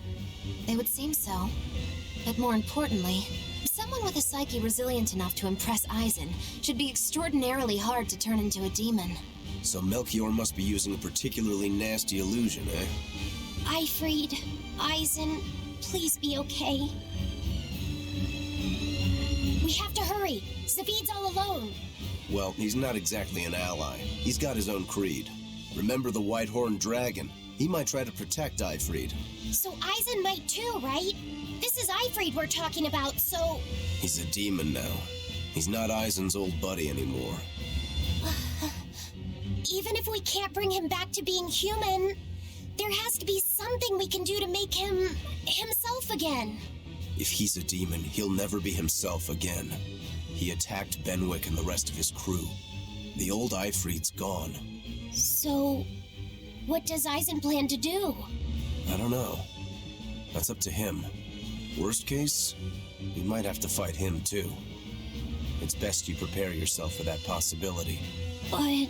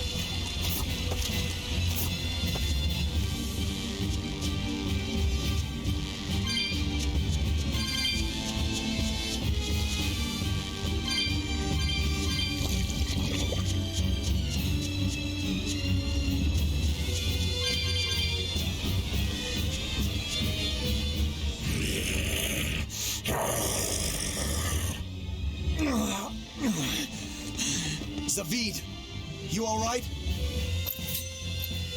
Stop. I know these fists. This is Ifried. Why didn't you fight back? Ifried. She pulled me back from the brink. I owe him. This time, it's my turn to bring him back. A demon can never be human again. So what? It's supposed to make me change my creed? What do you think, Ifreed?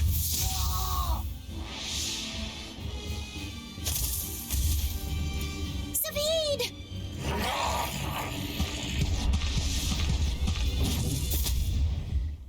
Going after kids now?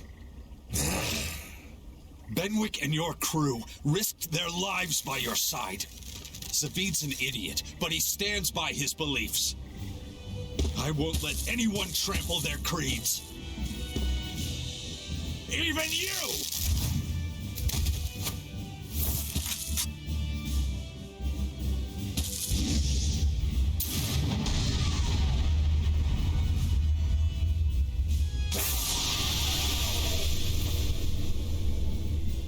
I owe you everything, Ifreed.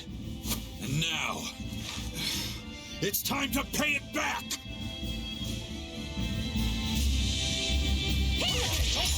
Are you all right with this, Eisen? Let's settle this. Easier said than done. That's a sturdy birdie. Damn right he is. And that's why I've got to do this.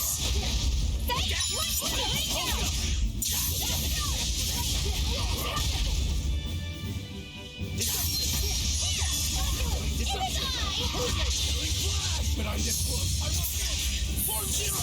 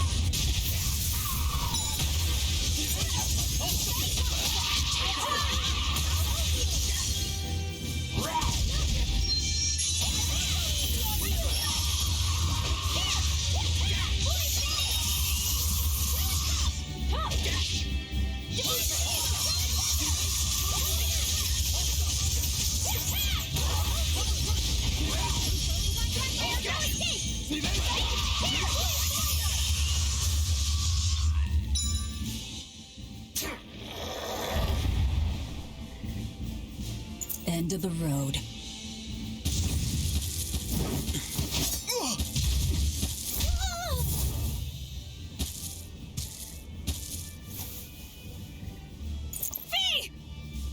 Taking hostages now.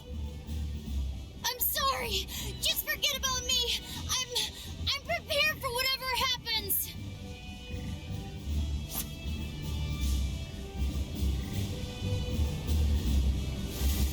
All right. You've grown. You're a man now. Family, friends, everything I ever tried to hold on to, all of it trickled away, fell from my grasp. But a certain idiot once told me, If you can't hold something in your hand, then make a fist and take it by force. This fist will take everything back. Just like you told me to!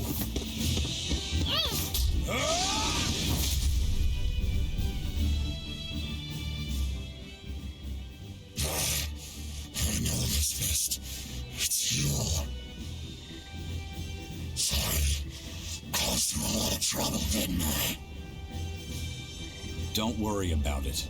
We're friends, right?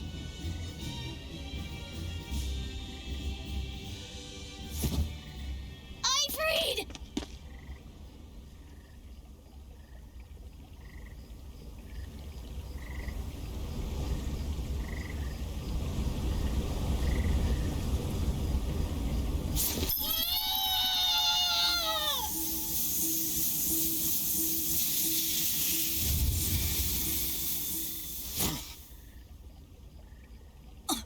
A demon changed back into a human?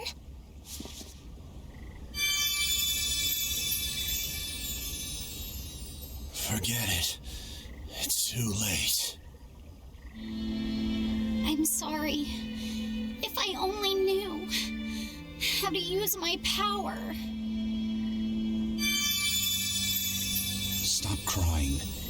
Didn't you say you were prepared for anything? But, Eisen, you were searching for Ifrid for so long. You're still as soft as you ever were. Boy, I'll let you in on little secrets. Your power comes from being part of Indominat. Which means, if you can seal off his domain, you actually got a chance of putting up a good fight. Seal off his domain?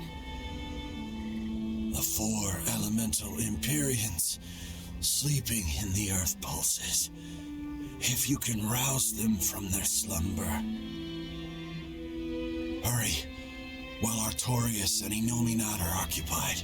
They're getting ready for some ceremony of suppression. It's now or never, kid. Thank you, Ifrid. I'm just sad I can't go with you. It sounds like a goddamn blast. I won't apologize. You shouldn't. I'm grateful. You always kept things from getting dull. If we ever meet again, let's raise some hell. Eisen.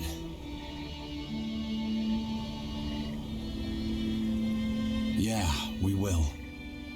See you, Ifrid.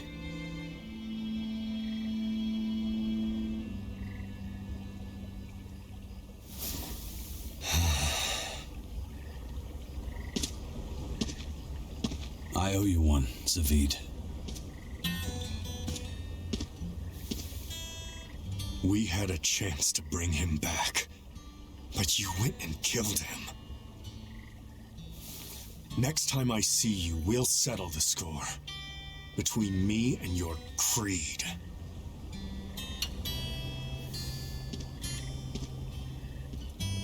See you around, Zavid.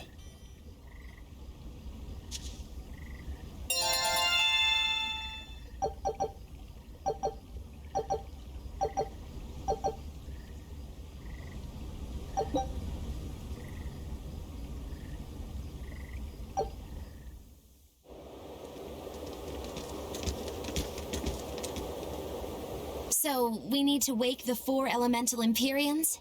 But how do we do it? Dunno. Maybe you tickle their divine footsies with a feather until they... You're back! And you're looking better. Somehow. But what happened to that demon? We killed him. Benwick, he... Let me tell him. The rest of you, find Grimoire and ask her about the 4 Empyreans. Eisen. Are you sure? Do it. He gave us this chance. We can't waste it. Okay.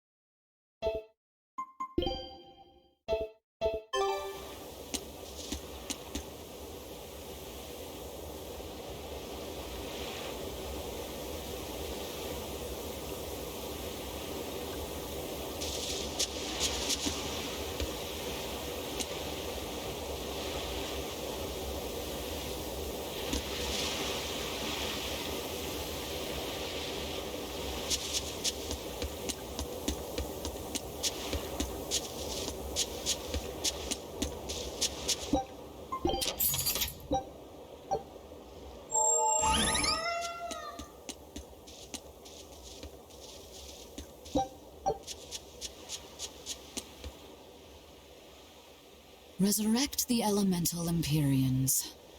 True. If we do that, we might be able to suppress Inominat's domain. It may even liberate the minds of the Malachim that Inominat has under his control. I'm sure some will no longer obey their exorcists. Good. We'll take a big bite out of their forces. More importantly, Inominat will lose the ability to enhance the resonance of his exorcists. Most exorcists will no longer even be able to perceive Malachim at all, just like before. Of course, anyone as innately gifted as me is another story.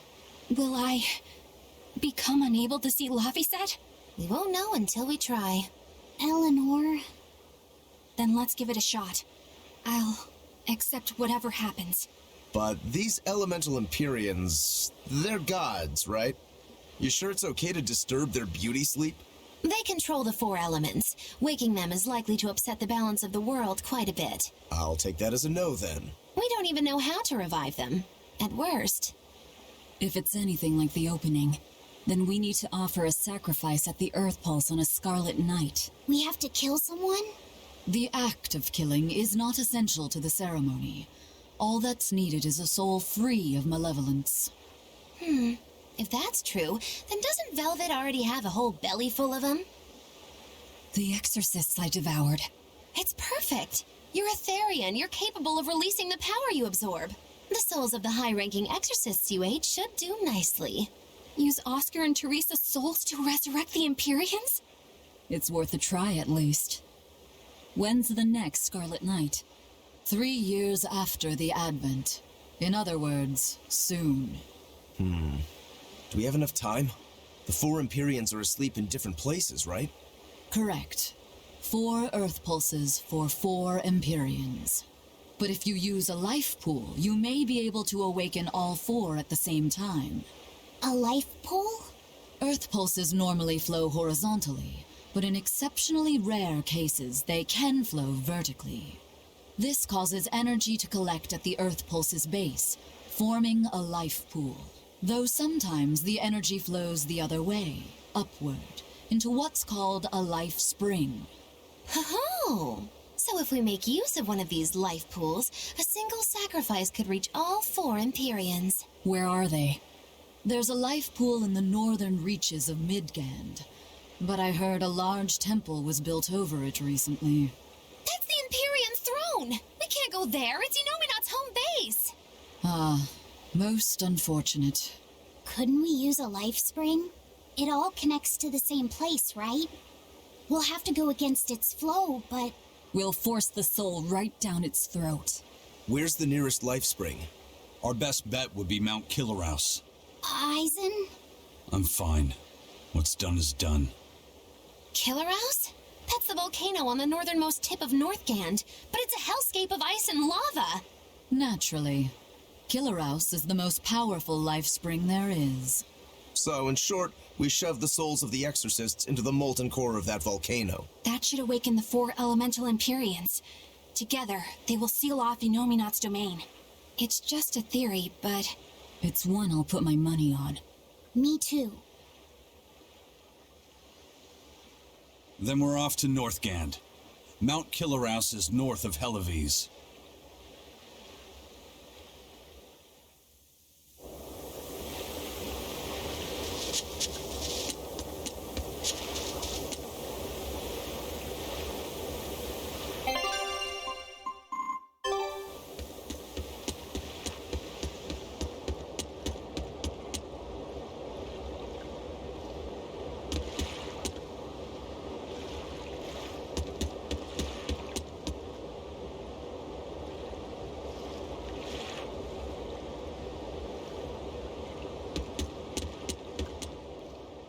The ship's ready to sail. Where are you headed? We don't have a problem.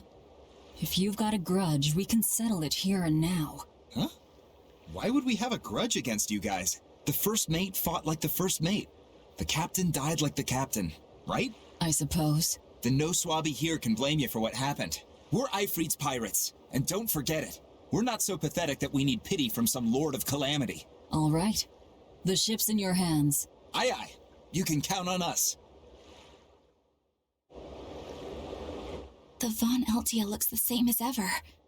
But it feels utterly different, doesn't it? Yeah. Even Benwick looked like he'd been crying. I can imagine. But if we let ourselves despair now, we'd be a disgrace to Ifrid's creed. We have to swallow our anger and grief, and sail on. Right. Following a creed isn't always pleasant. We must do what we must. I won't allow the Abbey to do things like this. Destroying someone like that, turning them into a puppet, it's unconscionable. Still, a heart can never be fully bridled. It can be shattered, but never erased entirely. Ifrid proved that. Right. His body is gone, but he lives on through his crew. Magilu is right. What lives in one's heart can never be erased. Yeah, the heart is eternal.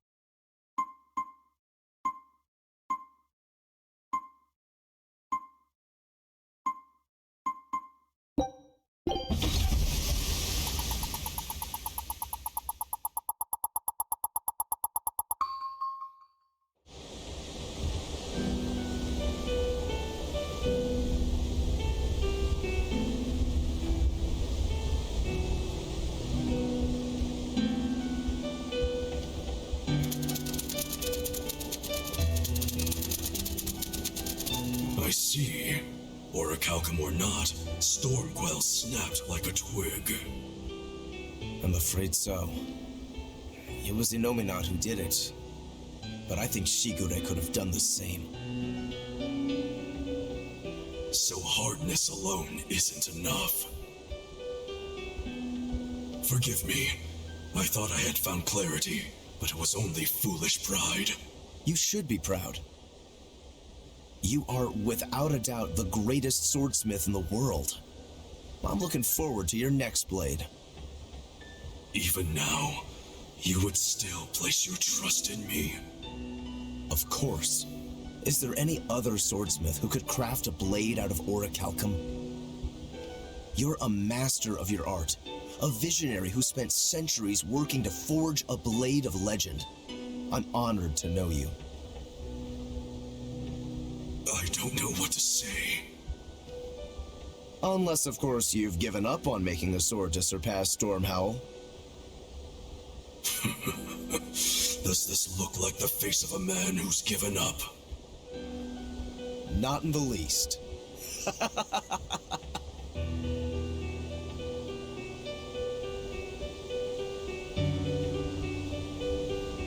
We're making good time. The only problem is that ceremony that Arturius was going on about. We don't know how long it'll take. Ifrid said they called it the Ceremony of Suppression. Most likely, it's how Innominat plans to release his power. Most likely.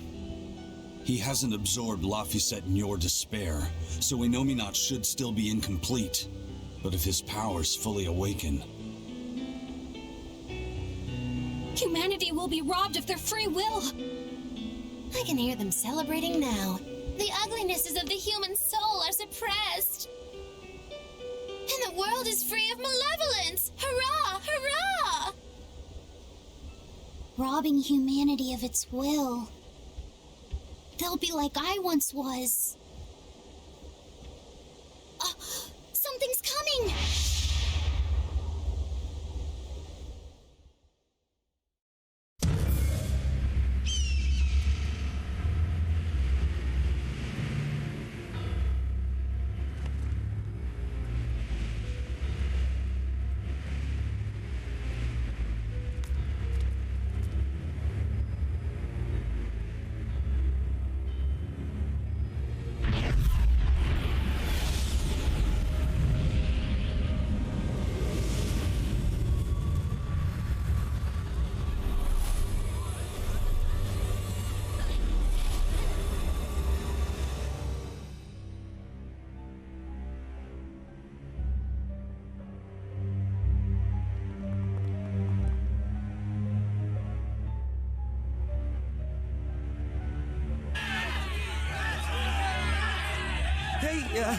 Please, guys, let's not fight!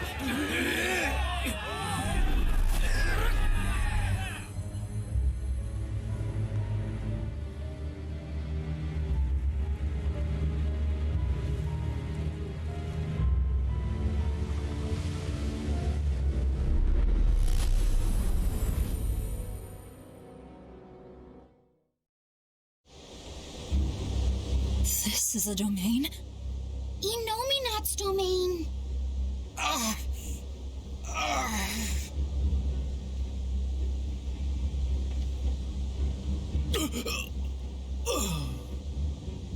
Their wills have been stolen. It's not been fully sealed away yet. Rokuro, give him a good smacking. Wake him up! On it. Aizen! Got it. We'll put in at the nearest harbor. To Port Zexon!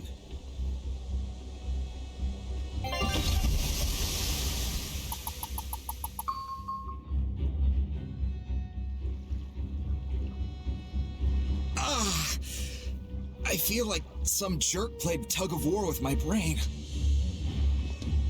Dig up some spirit. They're trying to strip away your will. Oh no!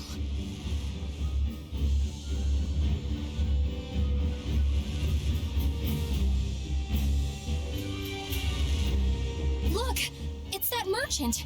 You're all right. I do not deserve to be all right. I used people, stepped on them just to make a profit. I even aided wanted criminals so that I could expand my business. My soul is black with ugliness and can never be forgiven. No, wait!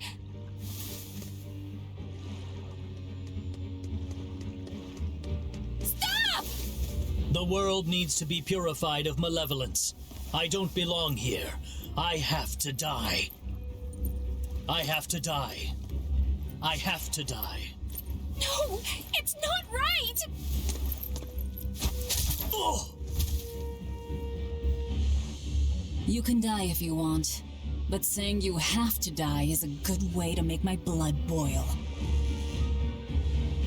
Those awakened to their own malevolence seek to end their lives. Welcome to Artorias' uncompromising world of reason. First they steal humanity's rudder, and now they want to say who lives and who dies? We should find out what's happening here, unless you'd rather not see. You're right. I wouldn't.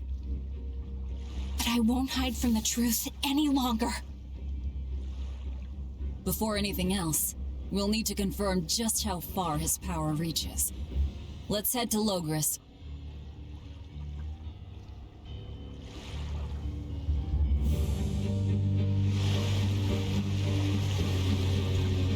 So this is the result of their ceremony of suppression. Seems that way.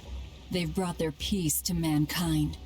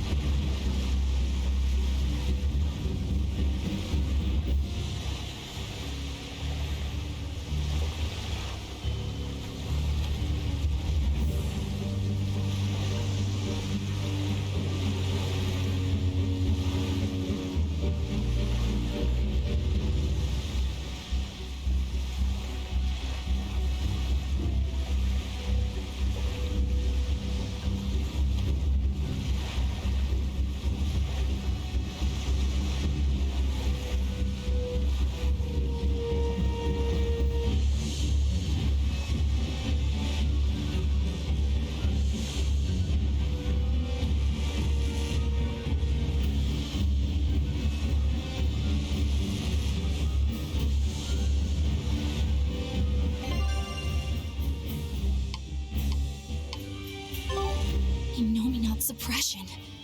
Is this the ideal world the Abbey envisions?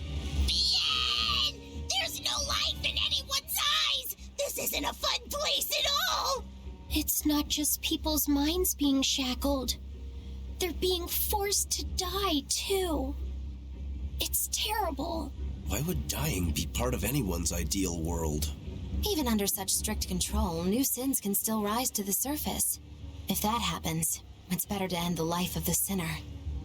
Melchior came to the same logical conclusion. What utter rubbish. Anyway, we need to get to Logris.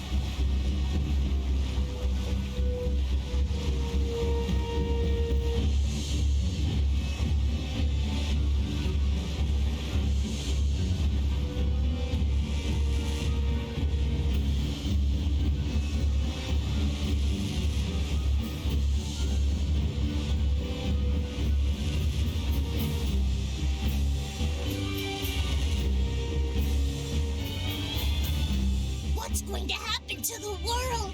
How far will Inominat's power spread?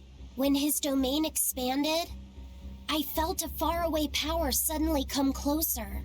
It was enough to blot out the whole sky. I'm sure it's covered other towns too.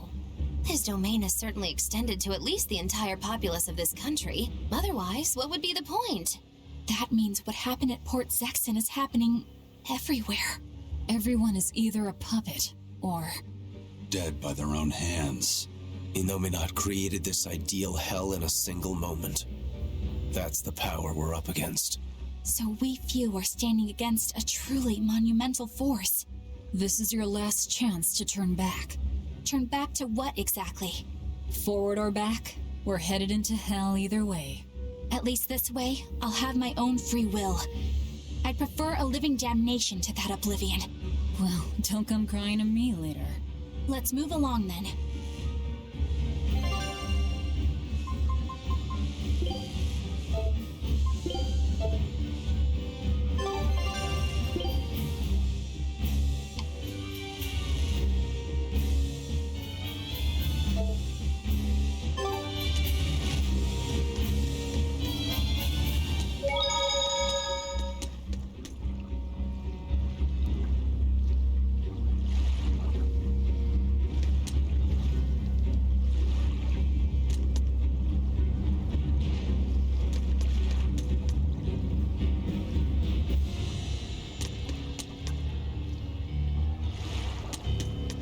I was a fool for trying to sell commemorative chalices to the people visiting the Empyrean's throne.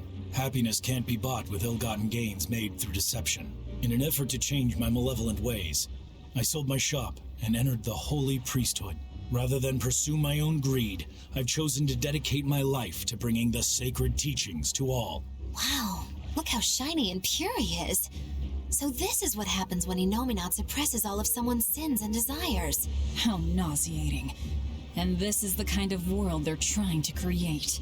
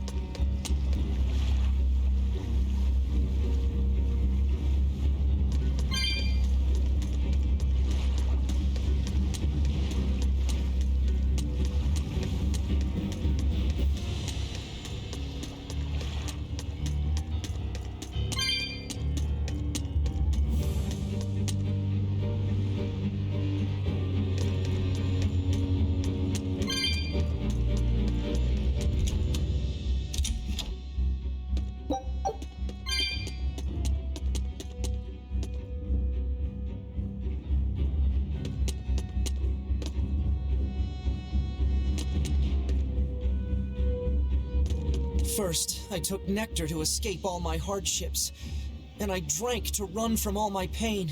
Even if I resisted, endured the pain, nothing changed. I've spent my life running. I'm pathetic, but I won't run anymore. I'm disposing of all the drinks in town. What the world needs now isn't dependence, but freedom. And I'll see that we have it. Hey now, that's the kind of repentance that should only come the morning after a night. And if you're afraid of losing yourself, drinking is a far better option.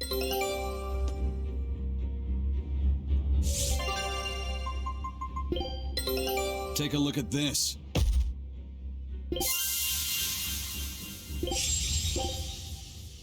Scout ship departing.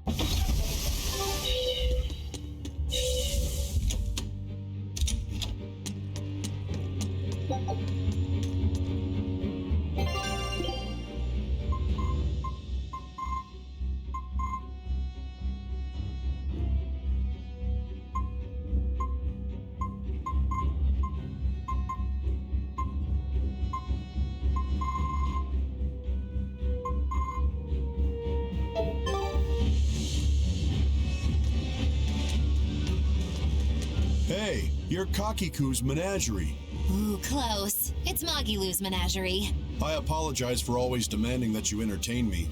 I'm also sorry to you, miss, for always insisting. I feel so bad I could just punch I'm not sure if I'm more... It is wrong to seek pleasure from viewing petty tricks and pointless entertainment. Honest heart, someone such as I, please,